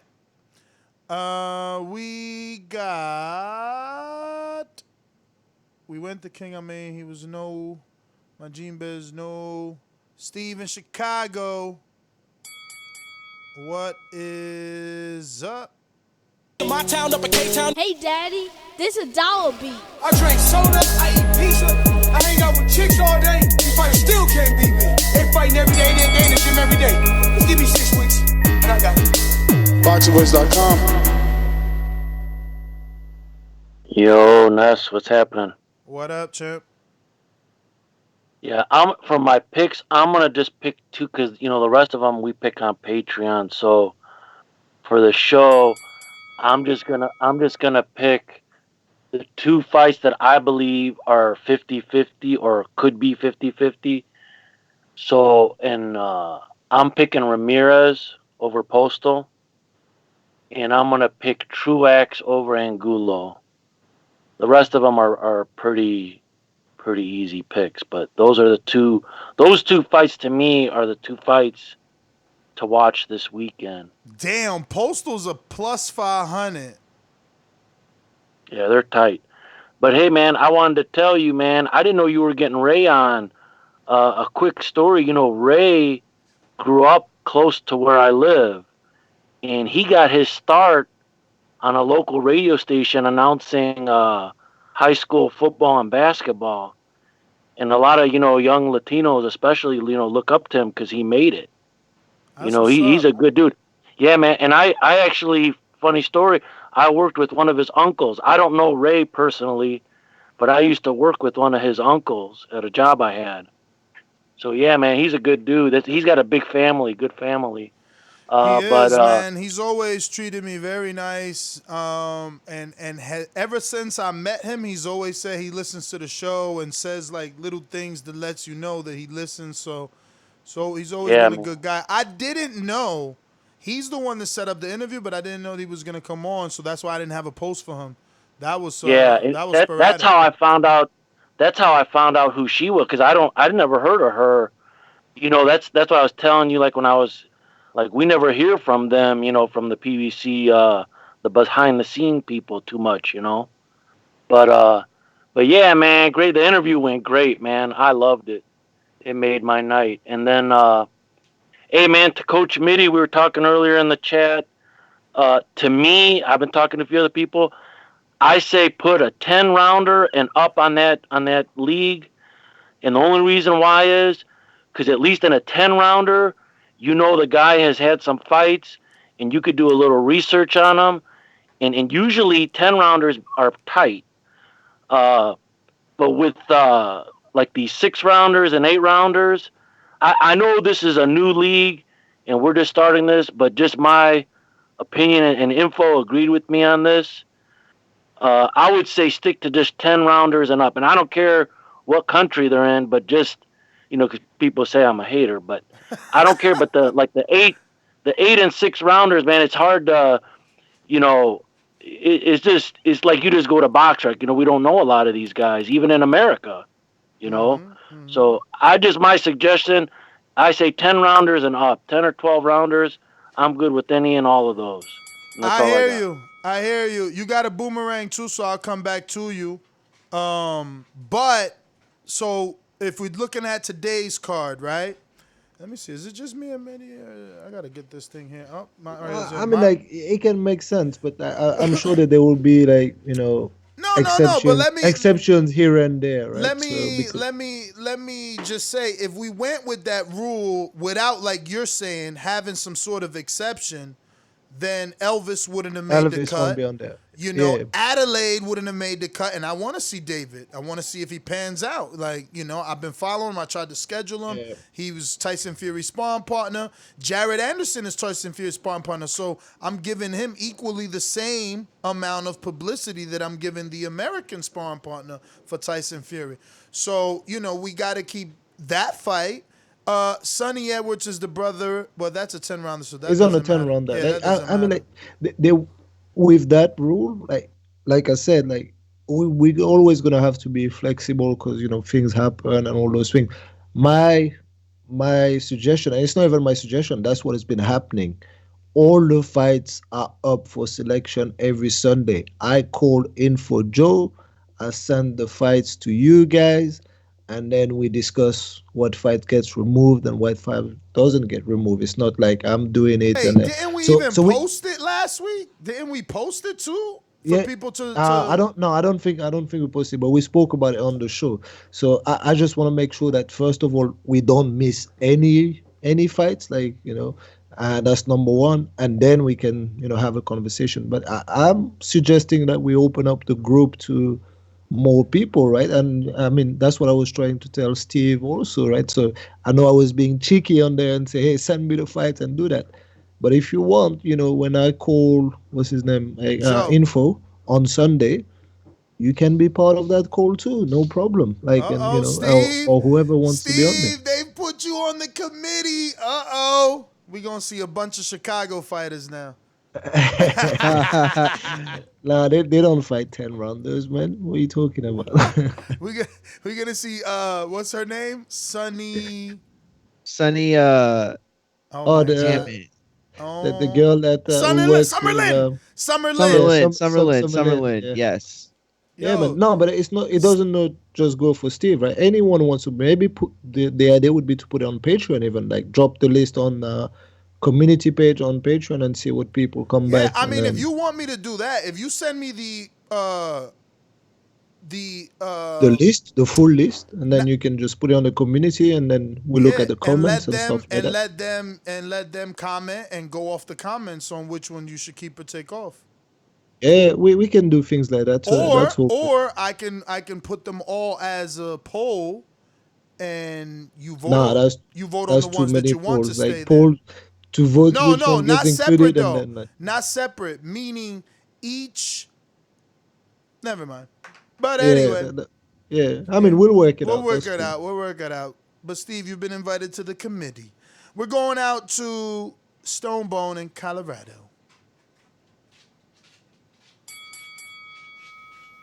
I hope I ain't too echoey, man. I'm in my attic, man. Doing a little reading. I ain't too echoey, am I? I know I'm in an empty ass attic. You sound good. Sound good. Let's see what the audio of the fights. I'll start with the Lara card. I'm gonna go with all of the Latino names except Angulo. I think Truex still got enough in the tank to do that. Angulo, man, is who he with now? He's still with Virgil. Who is he with now? I don't even know. He just still getting a check, man. Shout out to him, man. Get your money, but he ain't finna win this Truex. I think Truex still got a good chat. He a good opponent. You know what I mean? He's still a good opponent for some fighters. So I think he can get this one done. And I'm gonna go with all the rest of the Laras and the everybody else who sound Latino, Mendoza, and who else was on that? I'm pretty much all the Latinos. We're gonna go there. The rest of them guys, you gotta look. So if it's Latino on Latino, good luck to both of y'all. So 50-50. And I like Dane Dubois, man. I think he gonna win this fight. I think he can beat Joe Joyce. I just don't know. I worry about guys with little heads and wide shoulders, because when you got a small head and the rest of your body is big, it almost signals unnatural. It kind of signals unnatural to me, either when your head get too big like Barry Bonds, or if your head stay too small and the rest of your body get too big, sometimes it just don't. Who are you talking about? Who got a little head? He's talking about Dubois. Oh, I gotta go Google this. I'm talking about. He's saying Dubois too big, and it's not natural. Pull up a picture of Dubois and look at. If you just study human physics, and you'll see study human physics and the human body, and you'll see the alignment between your shoulder blades and your head. And sometimes when your body grows bigger and your head stays smaller, is usually due to stimulants and different things. The reason they used to say about Barry Bonds, Oh, why his head stayed little? Then his head got big. Wait. Are you insinuating that he's on some sort of enhancements? Man, listen. I've heard multiple times that his body didn't become that way naturally. I'll move to the next subject. You can do your own research about that. I'm going with Jose Ramirez because I want him and Bud to have that fight. Listen, Jose Ramirez versus Bud is just as big as especially if he become undisputed, it's just as big as a Mikey. Ooh, somebody gonna have to hit you with that boomerang. Yo, but I think for Bud, I mean, isn't Crawford Postol too big if Postol upsets Ramirez? But there's gonna be a rematch clause on there anyway. He's gonna have to beat Ramirez twice. Yo, I don't know about that, but he killed me, man. He said Dubois got a small head. So you agree with that? and a big. I mean, like the way it looks massive. I have no idea about like whether it's taking steroids or whatever, or whether it's natural or not. I don't know, man. But this is all I'm gonna say. He started his career in 2017, and now. That's how I've known him. I've seen videos. Bro, he's a specimen, and he was a kid also. So, bro, like, and that's what I'm saying. But as an amateur, he had the same body. Like, I didn't see any huge. Like AJ got more defined as the years went by. He really took bodybuilding serious. It doesn't look like Dubois is out here bodybuilding. Listen, I've seen some pictures of Dubois at his amateur club, right? So when he was young, and dude told me that he was 13 on that picture. Bro, he was like big already at 13 years old, man. So I don't know. I don't know if it's like juicing. I doubt it. But who knows, man? Like, we'll find out if he was dirty. That'll pop at one, it'll pop at some point. I hope not, man, That'll be crazy. I'm going to be real. His demeanor doesn't give that off. No, I don't think so. He's like, yeah. He seems such a quiet dude. Like, he hasn't really come out of shell yet. No, that's true. But, like, I mean, you can't just, say a man is not guilty just because he seems like a quiet dude. I'm not saying he's guilty either, right? But I'm with you though. I don't think I don't think that's him. I don't think that's the type of guy. I hate PEDs who knows, in the sport, man. I wish it didn't exist because it puts so much doubt on everything. Someone say it was born like that. People are crazy, right? I just think he is like one of them big dudes, man. Yo, I look at Dubois and it remind me of the dude that played Kingpin. Remember the dude that played with the deep voice, Mario? What? Like Kingpin is like Woody Harrelson, like in Daredevil, Mario Kingpin. Oh yeah. What's his name? He also played the Green Mile. His name is. Damn it! I think he died, right? Can he play in Pulp Fiction? That dude. He died. No, he didn't die. Nah. You talking about Ving Rhames from Pulp Fiction? Unless Green Mile was there too. Oh yeah, Ving Rhames. That's what you're talking about. I'm not talking about. He talking about. Oh, that's what I'm talking about the dude from Green Mile. And from Kingpin. But that guy is not in Kingpin. The guy from Green Mile. Kingpin. We're talking about you're talking about bowling. The bowling movie. No, listen. That's just talking about that superhero movie. Superhero movie. I'm talking about Daredevil. He was Kingpin in Daredevil, I believe. I don't know that. Oh yeah, well yeah, he's Kingpin in Daredevil. Anyway. All right. We got a new caller in the 301. What state is that? 301. Area code is state of Maryland. Ladies and gentlemen, making his professional debut. Maryland. First time caller. Who's this? 301. 301 going once. You say something? That's you. No, I'm listening to the thing in my ear, babe. All right. I guess he's just listening or he's at work listening. All right. We have to double back to King Amin. Trying you one more time. All right. There you go. Let's go to Amin. Just Like, the king is what I mean. The king is what I mean. Am I crisp, fellas? Yeah. Yeah, very good. Yeah, man. So listen, I got an upset special for y'all. Uh-oh. Listen closely. Put. Tony Lewis is going to upset Barboza. Why? Because Tony Lewis, that's what he do. He's a skinny little twerp that you think you're hitting him with punches, and he's just like, he got a way of turning his body sideways and throwing these little loopy little punches. I've been watching him on Showbox since the better part of 2017. Yeah, he's an upset special. Barboza's not going to be able to put him down. Barboza ain't coming out of COVID putting Tony Lewis down. That's not the put down fight. And Tony Lewis is going to upset his ass. Trust me. Listen, trust me. Now, yeah, you ain't doing as good as job as Mitty did convincing us with Congo. I'm nervous. I can't do it. I know Lewis at 35. By UD though. But he does have double the experience of Arnold Barboza. 240 rounds boxed to Arnold Barboza's 120. But he don't got the power of Barboza.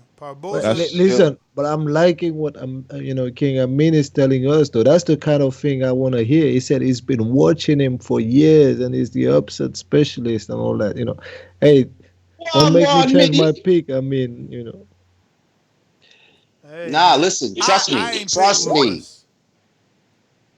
He's saying trust me, so I have to trust him. It's too late. I already put my pick on the Pick'em League on Patreon, and I ain't picked Lewis.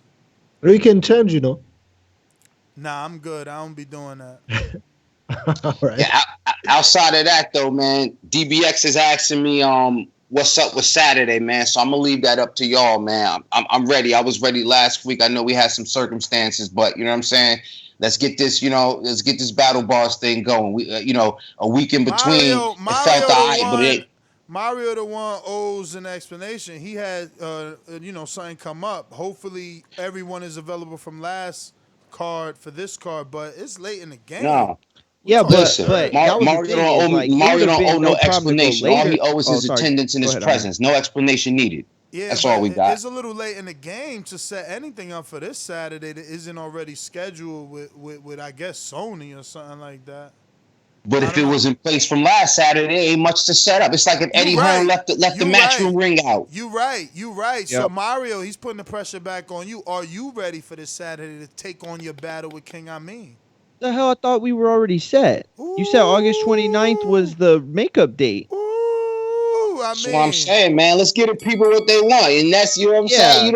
You can't look in the backyard and see if you got the ring set up still. Nah, listen. If my champ want to defend his title, we gonna let him defend his title.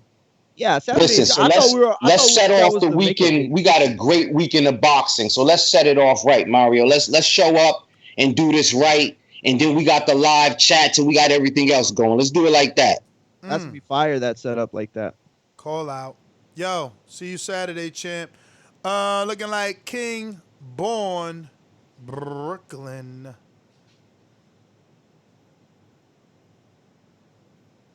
When you see old dirty bastard fall in a position like that, then you know that I'm getting ready to bust your.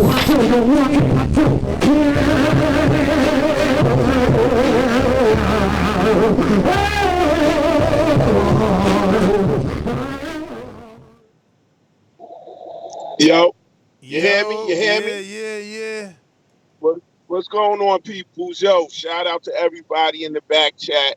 You know what I mean? I'm kind of like got an injury. I got a foot injury, so I'm kind of like lost in the sauce. But let's get it going. Let's get it popping like this. Yo, I got my man Barboza, Sleeping Lewis. You know what I mean? Sleeping him. Sleeping him. That's not easy to tell, yo. It's not easy to tell. The dude don't got no knockout power. Saw a box rack. He look mad suspect, like usual suspects. You know what I mean? So I'm listen, man. It's a pick 'em fight, but I'm giving to Barboza, man. And what's up with who stick 'em, snick 'em, snare 'em? Yo, who that? Snijders. You know, Scheider? He ain't nice. What you talking about, man? Name, yo. But you know what? If I had a name like that, I would have to fight. Word is born. I gotta be nice fighting like that, man. I gotta be nice. Yo, I got Ramirez. You know what I mean? Listen, man. Everybody want Viktor Postol to win, man. Ramirez is hungrier. You know what I mean? He's hungrier. And then he wants smoke with Bud Crawford. You know what I mean? Listen, I got Kell Brook still taking that fight with Crawford. I said it. I got Kell Brook still taking that fight with Crawford, man. He ain't getting no money. You only get he ain't getting no money. He's sitting down in the UK ENT and crumpets, man. Yo, come on and fight, man. Even if you lose, at least you got some money. You know what I mean? Damn, it's Corona time. You know what I mean? But like I said, man, I'm on my way to Georgia. I still got 1,500 miles to go. I'm out. Peace. Yo, stay safe, champ. Peace. Remember, we got other old shows that you probably ain't even heard. So whenever you on them roads late night alone or whatever, listen to those. Listen, Tim Tszyu, the art of war. I've got Tim. Yo, Mitty, I wanted to get your thought because you wasn't on this morning show. What happened? What do you think about Brooke and Tim Tszyu at 54? Is that something? Do you think that Eddie and Brooke would go to Australia because there's tickets, or is that still a bigger fight in the UK without tickets? I'm not saying like a big fight, but I think they can hype it up like somehow. I think like Brooke still has a decent name in the UK, but not like it was, let's say, 2-3 years ago, right? I don't think they go to Australia for that fight. But I was talking about that fight. They paid Jeff Horn 2.1. Yeah, I know that. Like, I know that. And like I told you, it makes sense. It was smart investment to pay Jeff Horn 2.1, right? You just pay, to boost your career, to boost your ranking and all that. So that's what Jeff Horn demanded, and they had to give it to him. If you want to make a name off my name, no problem. Give me $2 million, take you $300K. But I don't think like Brooke is gonna do it like that. Going to Australia, he's gonna say, hey, "Come here, and let's make like money." They won't pay much either. But it's an interesting fight. It's a fight that Kell Brook will be dangerous. Wait, the first half. What do you mean? Who won't want the fight financially? Like no. Brooke won't want to go over there, I think. Like, so he wouldn't mind to fight him in the UK, I'm sure. But wait.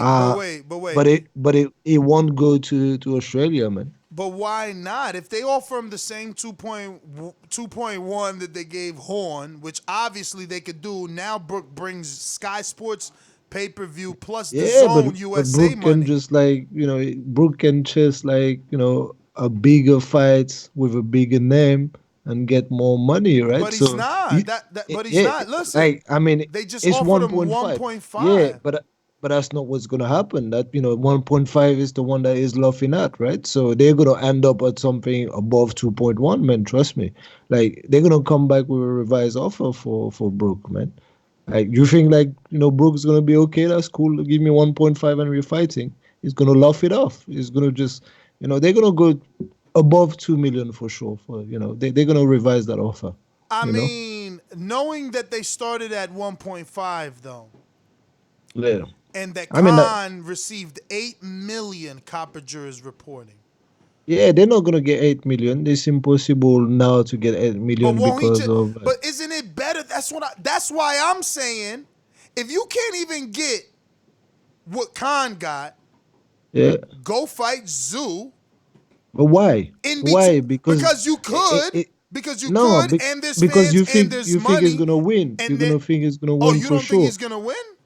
No, I mean, like, it's a dangerous fight. Like, we don't know what version of like Kell Brook we still have. If really Kell Brook is in cash out mode, he's not going to cash out with Team Zoo. He's going to cash out with Crawford. He's going to cash out, even if he has to wait next year when there is like a stadium or. Well, then more reason for him not to fight Crawford and instead fight Zoo. Like we like, as that's what they fans do. don't want to see a cash out.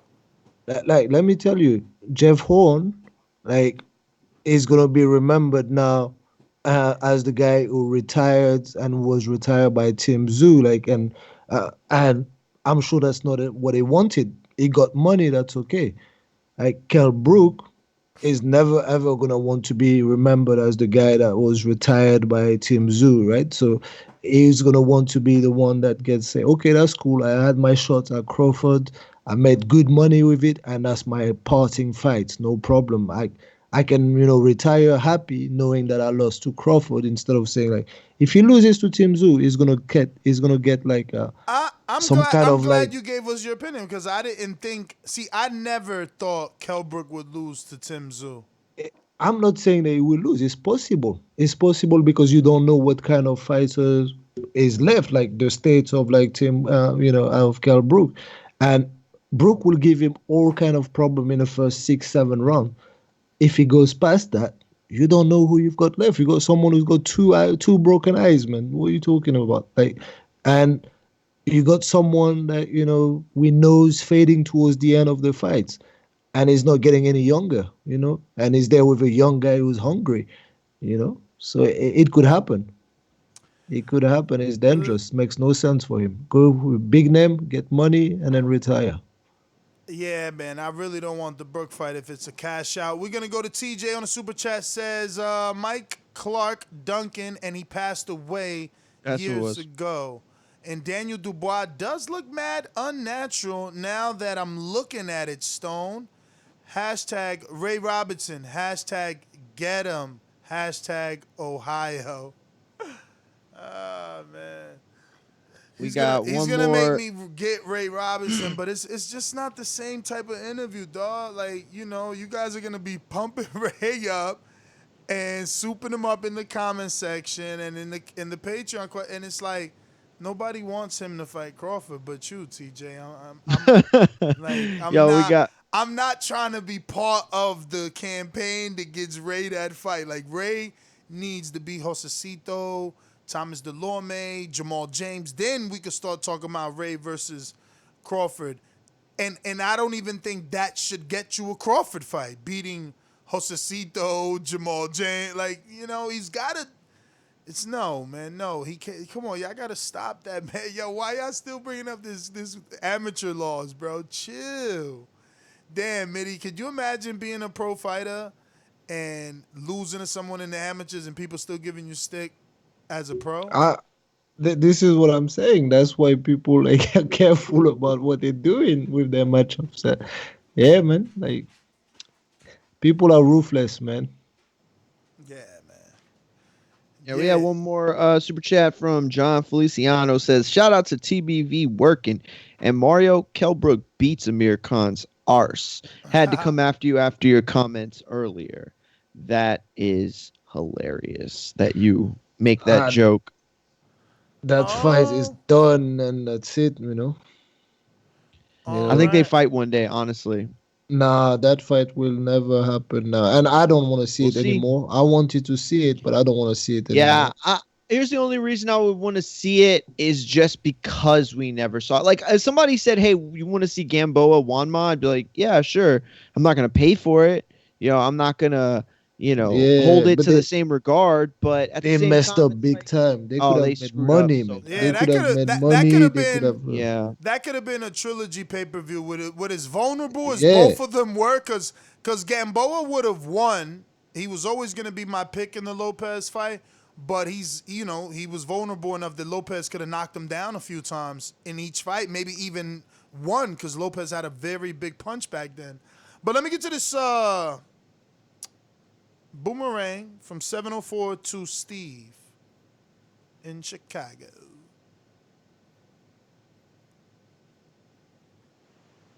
Yeah. Yeah, what's up, guys? What up?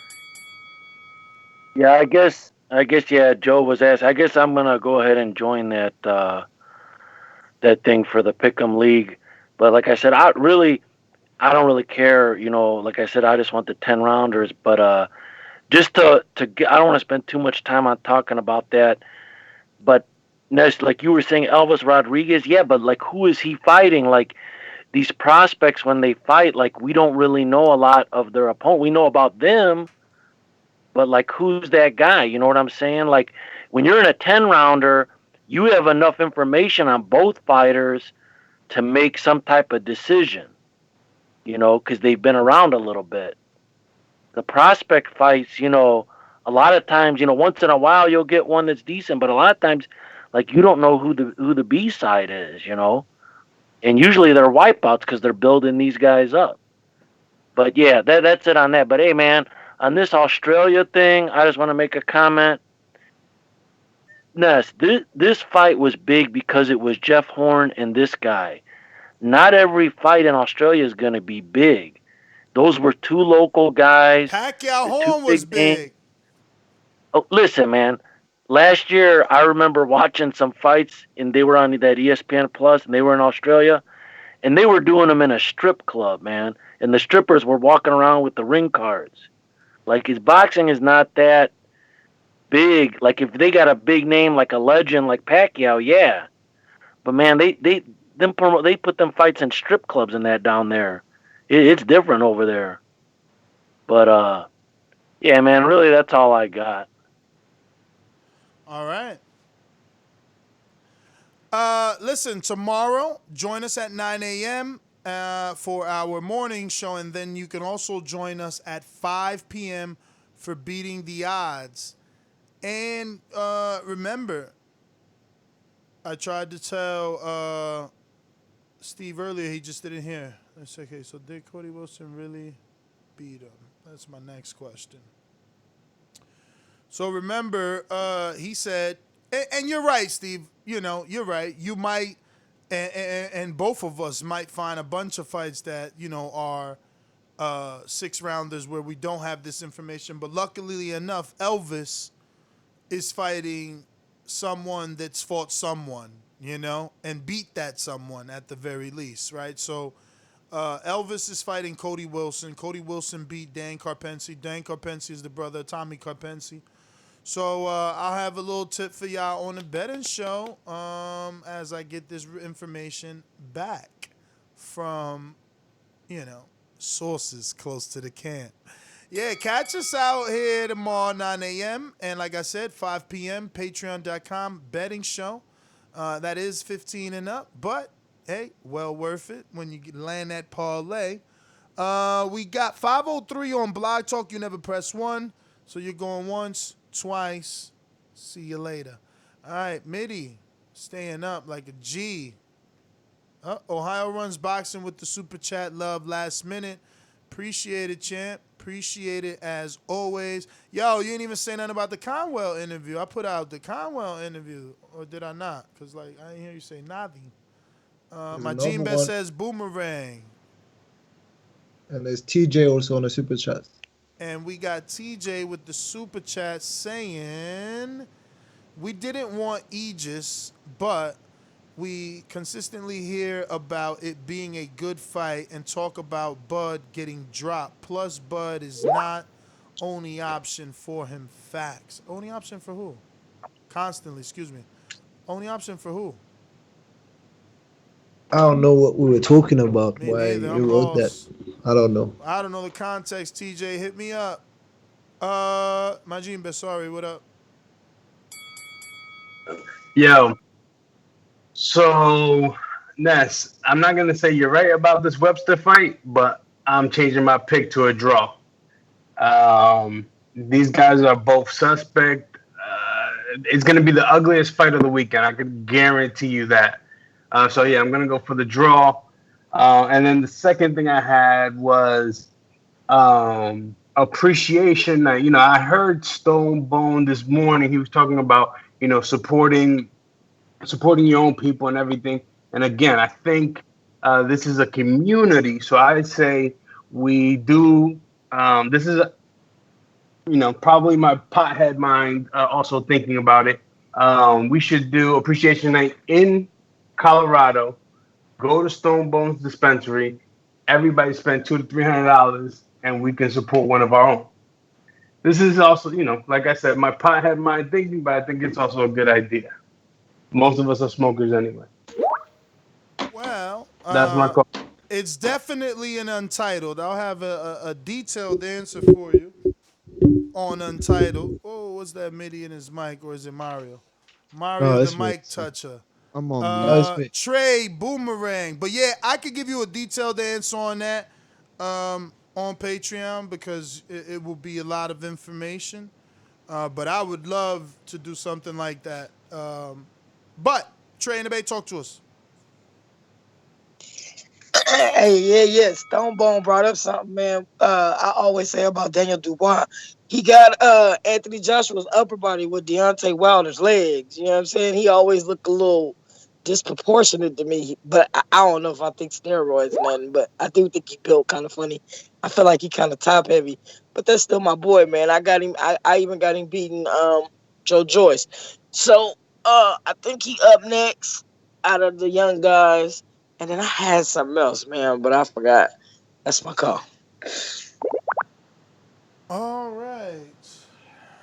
That looks like it could be everyone. I'm going to check messages. Any other super chats I see here? That's TJ. Yeah, there was We said more. that. We said that, but I don't know the context of the TJ one, bro. I'm so lost with that. But let me see. We got John Feliciano earlier, and then let's see. After him, there's Ohio Runs Boxing. Yeah, I got. Who just sent a super chat? Okay, and then TJ says we didn't want Egas, but we consistently hear about it being a good fight and talk about. But he's talking about Bud. My bad. Getting dropped plus Bud is not only. It's Kavalaskis. Yeah, but what is the context of is not only option for him. Facts. Wait, we didn't want Kavalaskis, but we consistently hear about it being a good fight and talk about Bud getting dropped plus Bud is not only option for him. Facts. Okay. You get it? I think so. You say like we don't always want certain fights, but then after the fact, like you can just talk about it being a decent fight. Got you. It also shows like vulnerabilities maybe and stuff like that. Well, I'll tell you this, man. Kavalaskis is set up in his next fight to look like the Mean Machine. If he doesn't, he wasn't, because that would be draw. Who's he fighting again? Michael Zuski from Canada. Zuski, yeah. So it would be a draw with Ray Robinson where the public thought you lost, a knockout loss to Crawford, and then, if you lose to Zuski, it's like he's done. But maybe he's one of those guys who, doesn't fight well depending on the opponent. I don't know, man. He can't lose to Zuski. No, he can't. He can't lose to Zuski, but I'd rather he him might look sync good. up the joints, That's what I'm saying. Yeah, I don't want him to do that. I don't want him to do that. He's got to look good. Yes, some people do that. Some, especially with like, you don't know how he's been training during the lockdown and all that. Yo, you so love giving guys this excuse. Every week you've been coming on. You don't know how you've been training. You don't know how you've been. It's true. It's your job to train. That is your job. You are a professional fighter. It is. Can't give him the pass. I'm telling you, I know how fighters are, man. You see Michaela Mayer? You see Michaela Mayer? You see Jared Anderson? You see Jamel Herring? Like, there's fighters out, Terrence Crawford, there's fighters out here training. There's some that do, but there's some that don't, man. I'm telling you. So the ones that don't should get their ass whooped. If they ain't trained, that's on them. I'm telling you, like John O'Carroll, that's what happened, man. You like think he didn't they train? go in there. Man, it didn't look like he trained, bro. And then he also had like weight issues and stuff like that. You know what I mean? So, and you don't know. Sometimes it's like, they are apart from their trainers and they're not able just to, regroup in camp and all that. Especially not the top guys. The top guys have all the resources available to them. It's, the B, C level guys, they don't have all those resources. They have to, think on their feet, try to be resourceful themselves, try to save money here and there. And with lockdown, it's even harder. So we have to take that in consideration.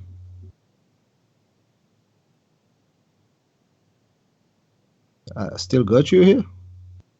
Yeah, you got me. They just still kicking White back in, yo. If White listen, White is in the same boat as AJ before him, Wilder before him. He's gonna get the same. He's gonna get the same treatment. If he He just does needs to lose win. back-to-back to Povetkin, yeah, I hear everything that you're saying. But until then, he's not done. He's got his rematch. But one thing I want to say about that White situation though, and that's what I like, and I told you before, Dillian will not shy away from media and all that. Like, as early as the next day, he was just doing interviews and just saying like, I said what I stand by, what I said before, and this is boxing. Yeah, he said like, a lot of things. He didn't go back and say, oh, you know what, I could have done this, and that. Like, some people go into just like, and I understand them. Like, they don't go and expose themselves to the media, or at least to social media, because the media and the journalists, they are professional. They'll talk to you. Brazil deleted. A couple people delete their Yeah, social media. but that's because that's social media. But journalists, at least, they're gonna ask you maybe pushing question here and there, but they're gonna be respectful. Social media are people that can hide behind a handle, don't give a damn, and think that they can say whatever the hell they want. And those are dangerous people. I understand why Brazil deleted this stuff. I understand why people just don't put themselves out there. But at least you have to commend the people that go and face the normal media and speak to their fan, because whoever built you up, they're the same people that will help you rebuild again. You have to be in front of the media, talk to people and all that. So yeah, man. All right. Well, looks like we just got a new Patreon from Money Man Dan. He's in the chat and he said he just signed up, and I checked it and he sure did. Shout out to Money Man Dan. So Money Man Dan, what you get at that level, which is your $5 level. Midian, I know it's late for you if you got to cut out. I'm good, man. Do your thing, I'm champ. All right, because Ness never stops. The empire must grow. So, let me see here. We got, for Dan and anybody else, the $5 level, he and anyone else that joins gets access to Untitled Film Study Tuesday, where we review fights. Usually, now we've kind of changed it, where we're reviewing fights that we're going to talk about for the betting show, or fights that are going to happen on Saturday, because we're going to be discussing the betting show. But the betting show is a $15 a month perk. But again, at the $5, you do get Untitled, which is normally 4 to 5 hour show. Film Study, where we review fights. You get to join the Fantasy Pick'em League. Plus, you get to ask most of our guests a question with our Ask a Question series. And then you get to be part of any other polls and stuff. Like, you get to do any of the polls that we have, not only to pick the fights and the Pick'em League, but also for the TBV boxing bars as well. So, yeah, thank you once again for signing up. Thank everybody for listening today. Don't forget to subscribe if you haven't done so. You can do that now, in the future, the present, past. But remember to click that notification bell so you get notified every time we go live. Also, hit the thumbs up, future, present, past. Helps with the visibility of the show. Peace. Later. Vendetti. Next GTO, Instagram, and Twitter. Peace. Yo, guys, good show tonight. You can find me here every Thursday and Sunday, occasionally on IG, Coach Mide. And for Doomsday, don't forget LINEZ on TikTok, everything. Alex Lanzas, So I know he's not here, so I had to say it for him, man. Yeah. Is Mario still there? Mario didn't, but he's at Mario Munguia on Instagram and Twitter. Cool. All right, guys, I gotta go. I gotta walk these dogs. Peace. All right, peace.